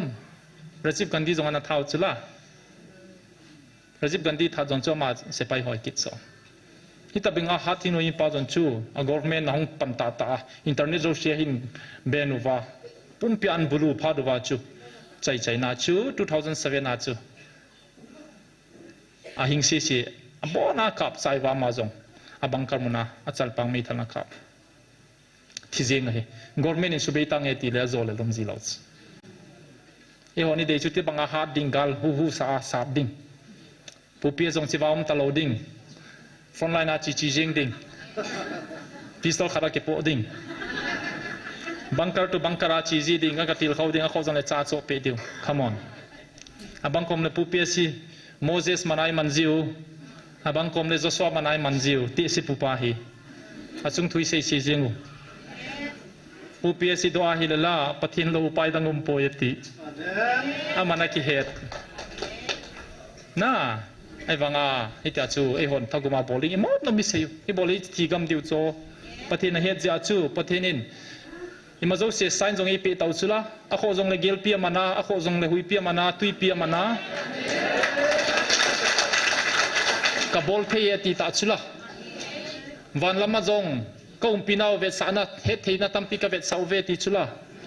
galti la ya chu e ho lang se me bol ki khen chula na ngal mi te to chi chi ki mu mo sau ham me thei la khu ko nung karak la jong thing lui ta jong ki thu jinga ke ni ki so jeng khola lampi la ya ke pathian chen na he ti wa su kha ngam lo ho jong kang la jong thing lui ke jeng chula song pi jong bisnupur la jong a song ki cha jong po ke jeng chula a thai la chen na ho zo si o su ke ta chula a pathian ho chiwa mat ke hi lawa dang jong tham na palen line a jong front line a jong zan khat jong light wa van tham zola na chilaya wa ta ki bang chet ken wang Michael van til he ka ti he video so ta pung thuma ko na chi chu more langa khu leng phei jong chu hoi langi ge sa ham wa mai ti ham koi mani kholo pi chula na November 19 na airport am jong Michael van til awa tu ni chan ge ya Indian scientist oni pi he nai lo chula na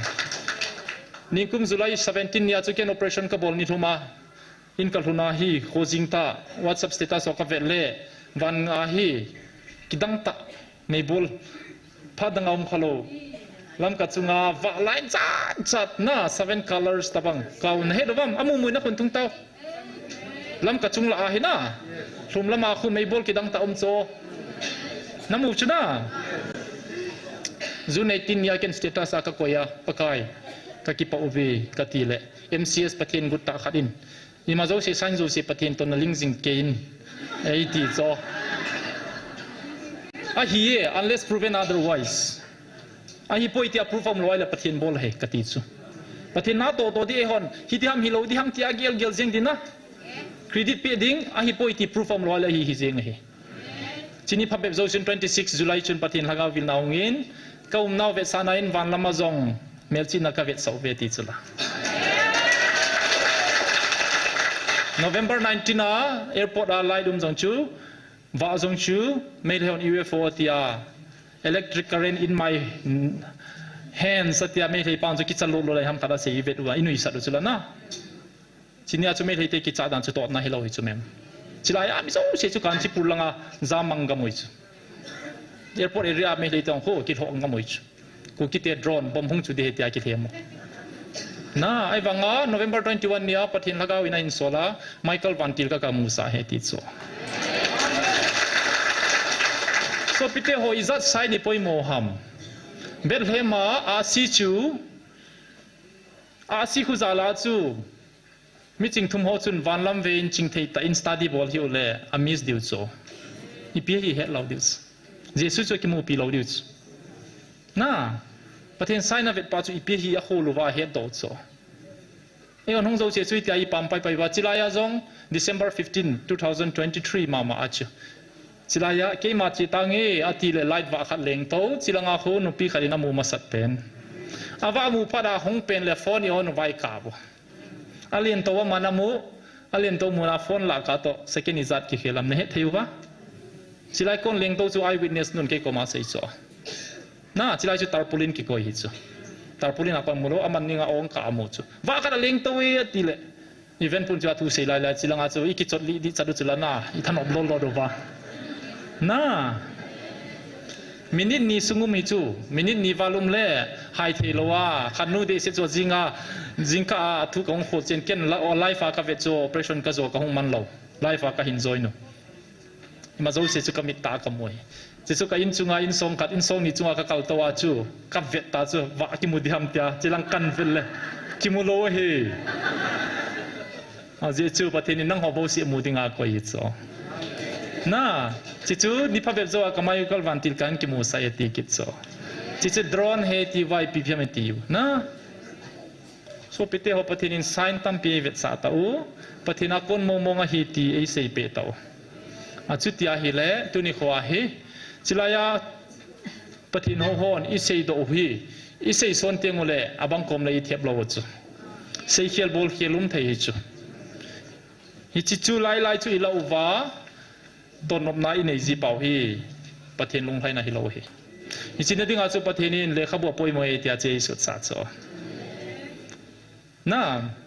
จะจูเฮปุนอาศัยจูอิปิฮัมกาลกิจใจตายอติจูอาศัยเฮียลจูอาศัยนมขัดมาเฮอโมเซฮิโลเฮอากินสัตว์ตัวเซฮิโลเฮมังลำเปามังเปาจงฮิโลเฮอิจาจูสุปิเตโฮจิวาโกนาครอสกิโบลาอิปิฮิจุกหินเซดิงเฮวิทยาฮิโตนมไนลาวาปะเทนินในตัสโนเวนกิซิมพาวเวนนกามุสุทิงตาเวนติฮีอิปัมปายุวาฮิเลอิไมโซโลดิวเฮอิจาฮิปะเทนละกาเวนฮิตยาเซฮิจูนังโหจุงอากาลกะโจเปตันเกมันกะกิเตบนะบังอินนะจุงวากาลกะโจเปตันนะกาลมีเตทัลในโลบังอินอาจามสิกะจามสิสะตานตุนินนะกาลมีเตโกนินเกมันกันหอยโดตาวปีตุนิขวาฮีกาลมีเตหุยเอหอยตะกะหังตะลอยจุนะสุกิติงแลตัวนักการมีเตียวหอยาวหิตาวเวมนักการมีเตียวหอยาวหิตาวเวมเกมันกะติจิงีนักการมีเตียวหอยาวหิตามหิงจิงหาจุงนุงปะเทนินอเดเรนอันนัมมีเตจุงากาลโดดิงากิซาเลลหอจุงหอจูอจุงวาปะเทนินนาโตดิงาฮิตีนังหอนจงในเฮเทตาวเวตูนฮิเจนัมมีเตโบนะจุงวากิจานันเนอหิโปวินวานโนยานังหอนนัมมีเตอเฮพะโซเซนกิจานันดิมดิงอหิโปเวfuture tense เฮโซปิเตหอนามอาจิจูฮิเจเลเสดานำดังเตจุงอาเฮโซนั่นเลมันฐานักโซสาจินหินละกังไงดูกันนำเดเรนกัจจาเตนังหัวอินวังก็จะนันในโลตาวเวอีจอนเซนาวเฮสุเกนเทียดาลฮาปัมไปติงสดมเอโกมราคิบอลตาบังลอสแอนเจลิสเมย์กงอินักอาวามาลาดิงุมตะโลบังอาจันโบสังดิงเตฮิวจูอิมิดมัวดานุเลอิโคดานุเฮมินมีพัทยาเฮโลปิวจูเนปาลีฮอนจงมีพัทยาเฮโลน่าปังอัลฮอนจงทุลังลังอินโนอิซิโอตัชไอโมกิจาโตน่าจานาเลกิจานาฮิกิบังโลอิจู fear and respect ฮิอาร์นบอลทอดิช fear ฮิติพัลดิมันกิบอลไม่ทัลิโจยาฮิเลมีโดยจูกิจาไอเซเซบอลขัดมามีขัดจุยไงดูได้ซิมพดาฮิเลไอซาอาไอเซเซบอลทอดิลงไฮเซล่ะทิลนี่ฮิจูตัวนี้ความมีคนเอกิจาดุจิจูจานะฮิโนจูจานะกิติฮีประเทศนี้มีจาเทติงไอตุนสังก็มือจุดตัวเฮจะพัดไล่ตาเห็นนะนี่จะฮีประเทศนี้มีดังโหกิจาดิ่งเลยจาดิ่งก็ตุนดินเฮติวเลยอิตาสนุวาฮิจิเซย์ปาเห็นจะไปอเวลเวลาฮีเวลสมนิเวียเซย์ฮิตายอีผู้เป้าจงฮี23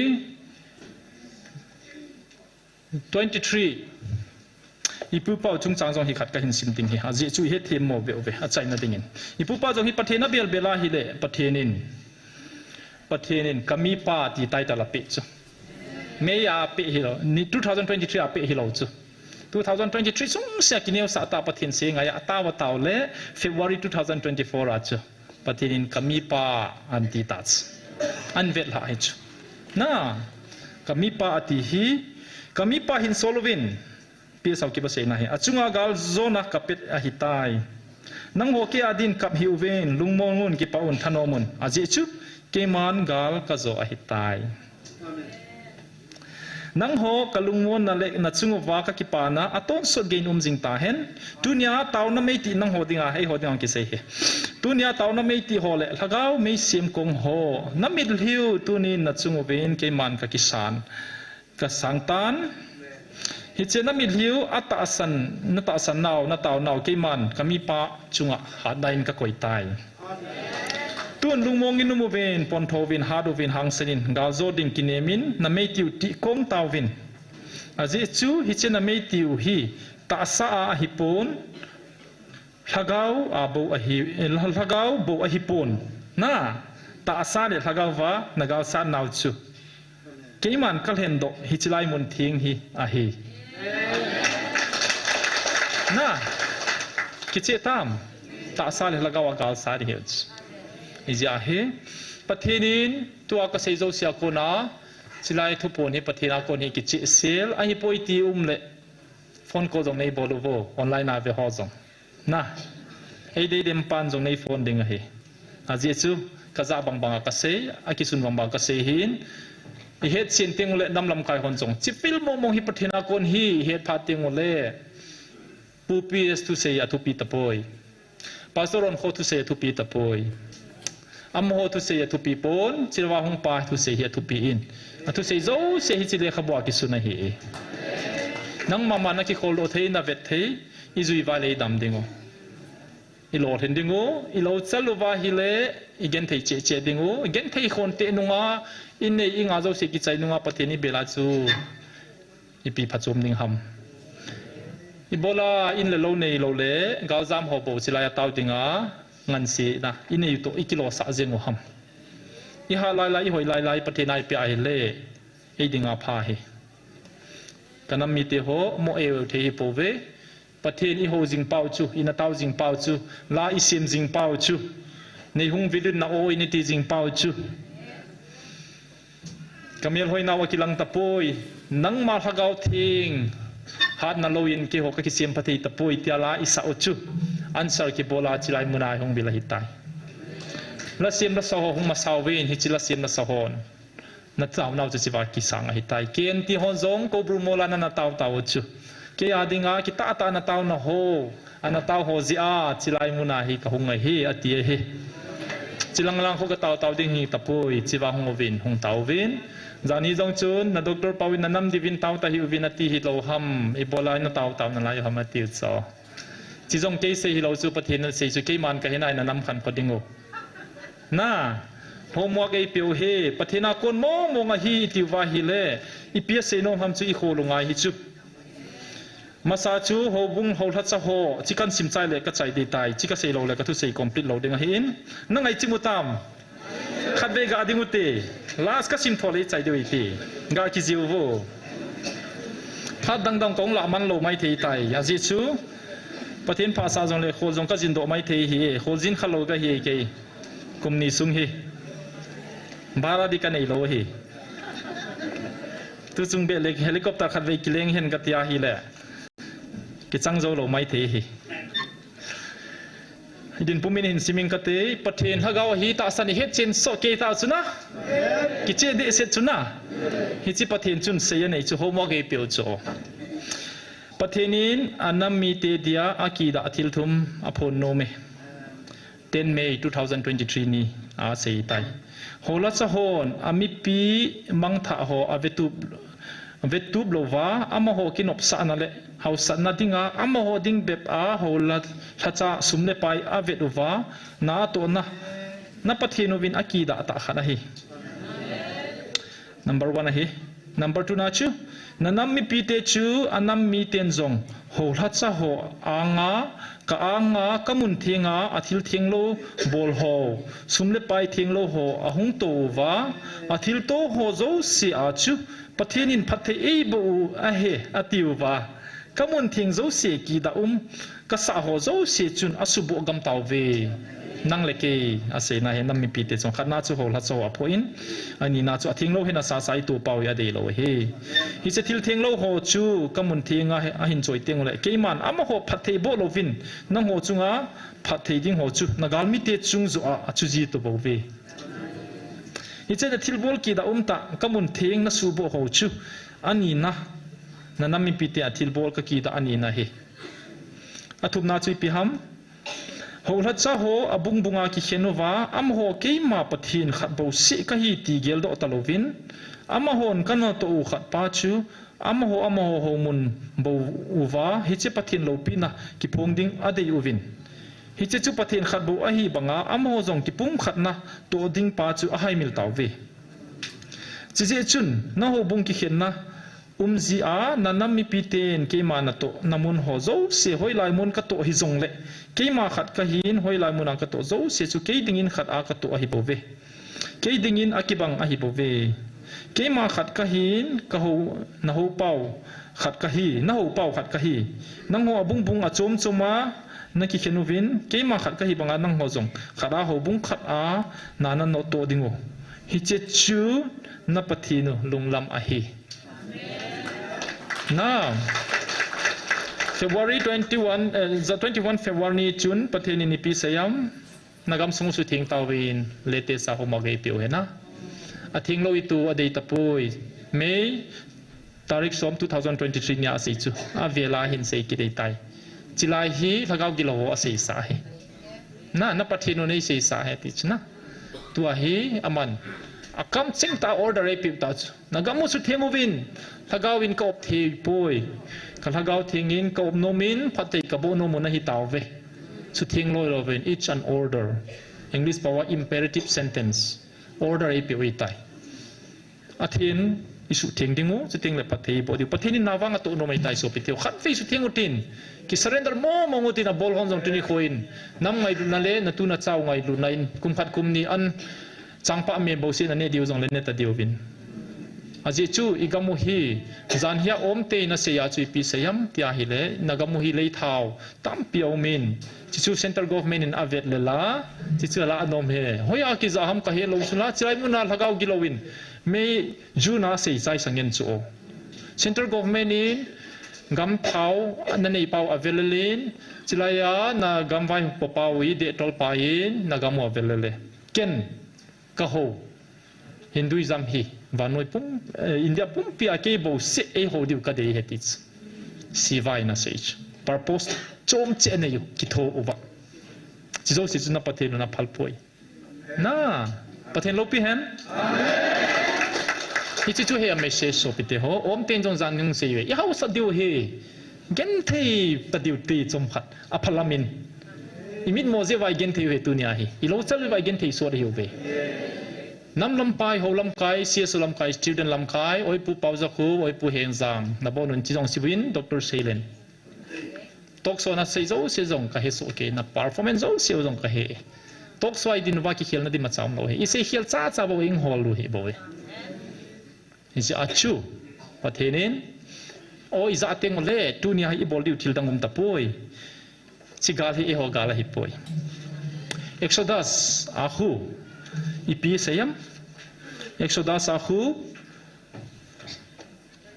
bung li chang bung sagi chang na ho pathenin Egypt mite pathena hi a het sai gen theina so sa je chun tuni khoin igap miten pathenin eidin piu a hetaw ve thilnia bol chu Exodus ahi gen theina nan natin chenga so sa chu pathin de len te he pathinom piwe ti het sau tuni kha robin mangangin jong sei alai mai bi mai ba hon jong ku ki te he pathinom piwe het sau su chu local la he state a naga hon jong het taw e wanga wanoi ne het diwali chu Exodus bung ko chang som le thum na chu wanoi in ke to bang pathin dang om poi ti he na diwa na gam vai po pau ka hin tham de het ti tats Pharaoh acha patien tha sau chiko na sei thil su hi so pite ho tuni khwa I bol diu chu chilai I taw khom dingu pathini buildingu lungkhat ta holam pai ho jong central government ko mai sei dingu chu ka pathin pawin separate administration me thei ho to cheng khom ningi dei ta po ve nei pi do ba lo le nang jong again thei dei ti ngam ngai tai ke ho nang ho ko ma ki phin ding kai po ve pathin ka nei ve ha chunung pathini zakai bol thei na pathin na sanu jong akan choma ke ho keng noya ko hi tai ke ho nang nga ki phin di ka hi ta po ve ka pathin oi kheno hitan na bol diu ki he rubin nei sugen thei thei tai vin na wang se diu he na cha patiu thi di he stroga na thi di nang jong na thi nom lo le chinam hi za bolin nang ka ging po ve kapatid na in tham diu hi kapatid mina hong ka hiu ve hi chi chui se ngam thing le pathenin vanoi het dinga hi na in to di chu tua phai sunga mo hi nang le naga le pangal ho na he du chu ei ho bowin local na lai bo chu first day si kro khaluta chu tunia hi amit saina bol jing hi pi hamitia hi le Israel te anung del jing hi chu Cairo khopia da ha wang wa chu asepai kang talai to adela su boy god red sea across masang sen siu chu independence in lo hi chu red sea in cross khu Pharaoh government akona independence samu now hi e ho imphal akona separated Cairo copy imphal copy in da ha tau modi le aloi hon ei delay del zengu amit sa katina he modi bola ki bam modi na pathina gin chu apathin pa ki kan chom chi viti pa a ho pa chu ngai ngam di ong amit sa ki ti chu ho san na nei lo hi chu a personal life jong khae the ka sei thei lo he ki da ta he apathin jong agin lo de he mo hin hin he ai wanga modi wanga ki bang poi discipline nei ta mi hem he pol banga chu apathin pa lung hola gumta hinduism a promote he ke christian hi jong leng india pumpi christian ka so go de chita bang cho bol he bove mi se hi poi chimi se pa chun e ho adinga atun pi pa tram to my friend tia tram mai pha hol chula chila ya pathina sei sathu chile khabwa ki sun sang na hi lungniam na dium poi so pite ho lungniam je wa a cha thi kon ki chu to tawang hi bo hi patheni gon piu he thiam teng le mi boi pi lo diu patheni bel dingo ikilet sa diu I han san diu I chou dingo pathin mina I ho mina hi lo de ka pathin pau to ding khom ka yu ve na pathin u ka kan chom taw ve athani na zo siu ki hon chiwa ka ki ko yu ve na pathin teu dong win do ngai lo a he saw hi bo ve amone veu la ngol tama ve chimi him ho hi na pathin ni banga din pia athani na jong ki het po ve Ebola North Korea in US a chou ngam ham Ebola Iran gam neu chakhat gam khang tolo US a chou ngam ham nuclear weapon ani zeu cho nuclear nei pon chun gal mi te ong thiding ke jong thiding chi ja cho chou ngam he to honi mai nei lo ai wanga thu pi pen nei u chula hi chi ki he teng le hi chi mina chu center government ni chou diu hi bo chu so pite ho chi hi I he thiam teng le so pite ho vanoin a sei pa chu pathina in to phat teng le vanoin ke tabang pathin dangom lo hi tia in he deu it is a spiritual warfare ki tia hi Ijai chile khabu ka sunin strategic level spiritual warfare igalu hi bible azangum khalo galla la sang pe na hi e dimension asang pathin te ki do na gal su hi ichidin muna yu mahi pathin nam delen hiuve ichum ding hi pathinin vanoi asim tilaya pada anagon sathila hi aji chu izoa introduction ka bol pa chuna seingen hi chu chizo sen he benoma le ken hi chi se hi tunia ka sei sai thei thil hello aning ka tam pi ka he in ka he chen lo jong tam piu min hil chen ka ngai na jong atami hi chu chui sei khong ba discussion ni bol diu do la hi so pite ho pathinin e oding to gon len pin yin spiritual warfare iti tingle thagaw gal hi ti tingle igi lo na lo chun thali dop ta lo di ham iti le ki dovin adi poi ka sei chen ki danga ye so pite ho vel vela asilam lamen thil sei jiwin sami no hon pha jong le alu na ha in maru marang na ha in alu me ka me venati lo chu bong sa me ka me e na awang adang o ki sei lo chu bol thei zo sei bol diu chu awang api pen chu thagaw gal pa hi het dingu nam lam kai hoi taw khom dingu pathini bot dingu pathin bolin na ti chu pathin hong dia hong sei di chu mem tunya iki discussion het lo chu hong sei ding a he kidang a he whatsapp group azong discussion problem kan hitin te kati pathin lagaw hong ding a he jing teng le hin sei che nan te kati chu answerable chula whatsapp atu ki sei pathin na sim a he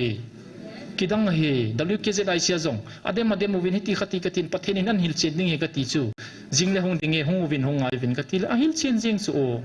pastor se boin jong hit ding kati ding tin pathin in hil chen henati le pu piasin chi hop po chu pathin in se ding ai nge wa ma tia hi le pathin in hong sei chen tho chu o ilungyal zo sio he e na pathin na phai I wang phau vi lungneu po te ile diu he so pite ho I het nai lo bo he loi taw hi ti gen thei sot ta po te gen thei sot ba lo ve pau te pakai ka ki pau ve nang pathin ka nei he pakai ka ki pau ve pakai a sei je ka he po ve he pa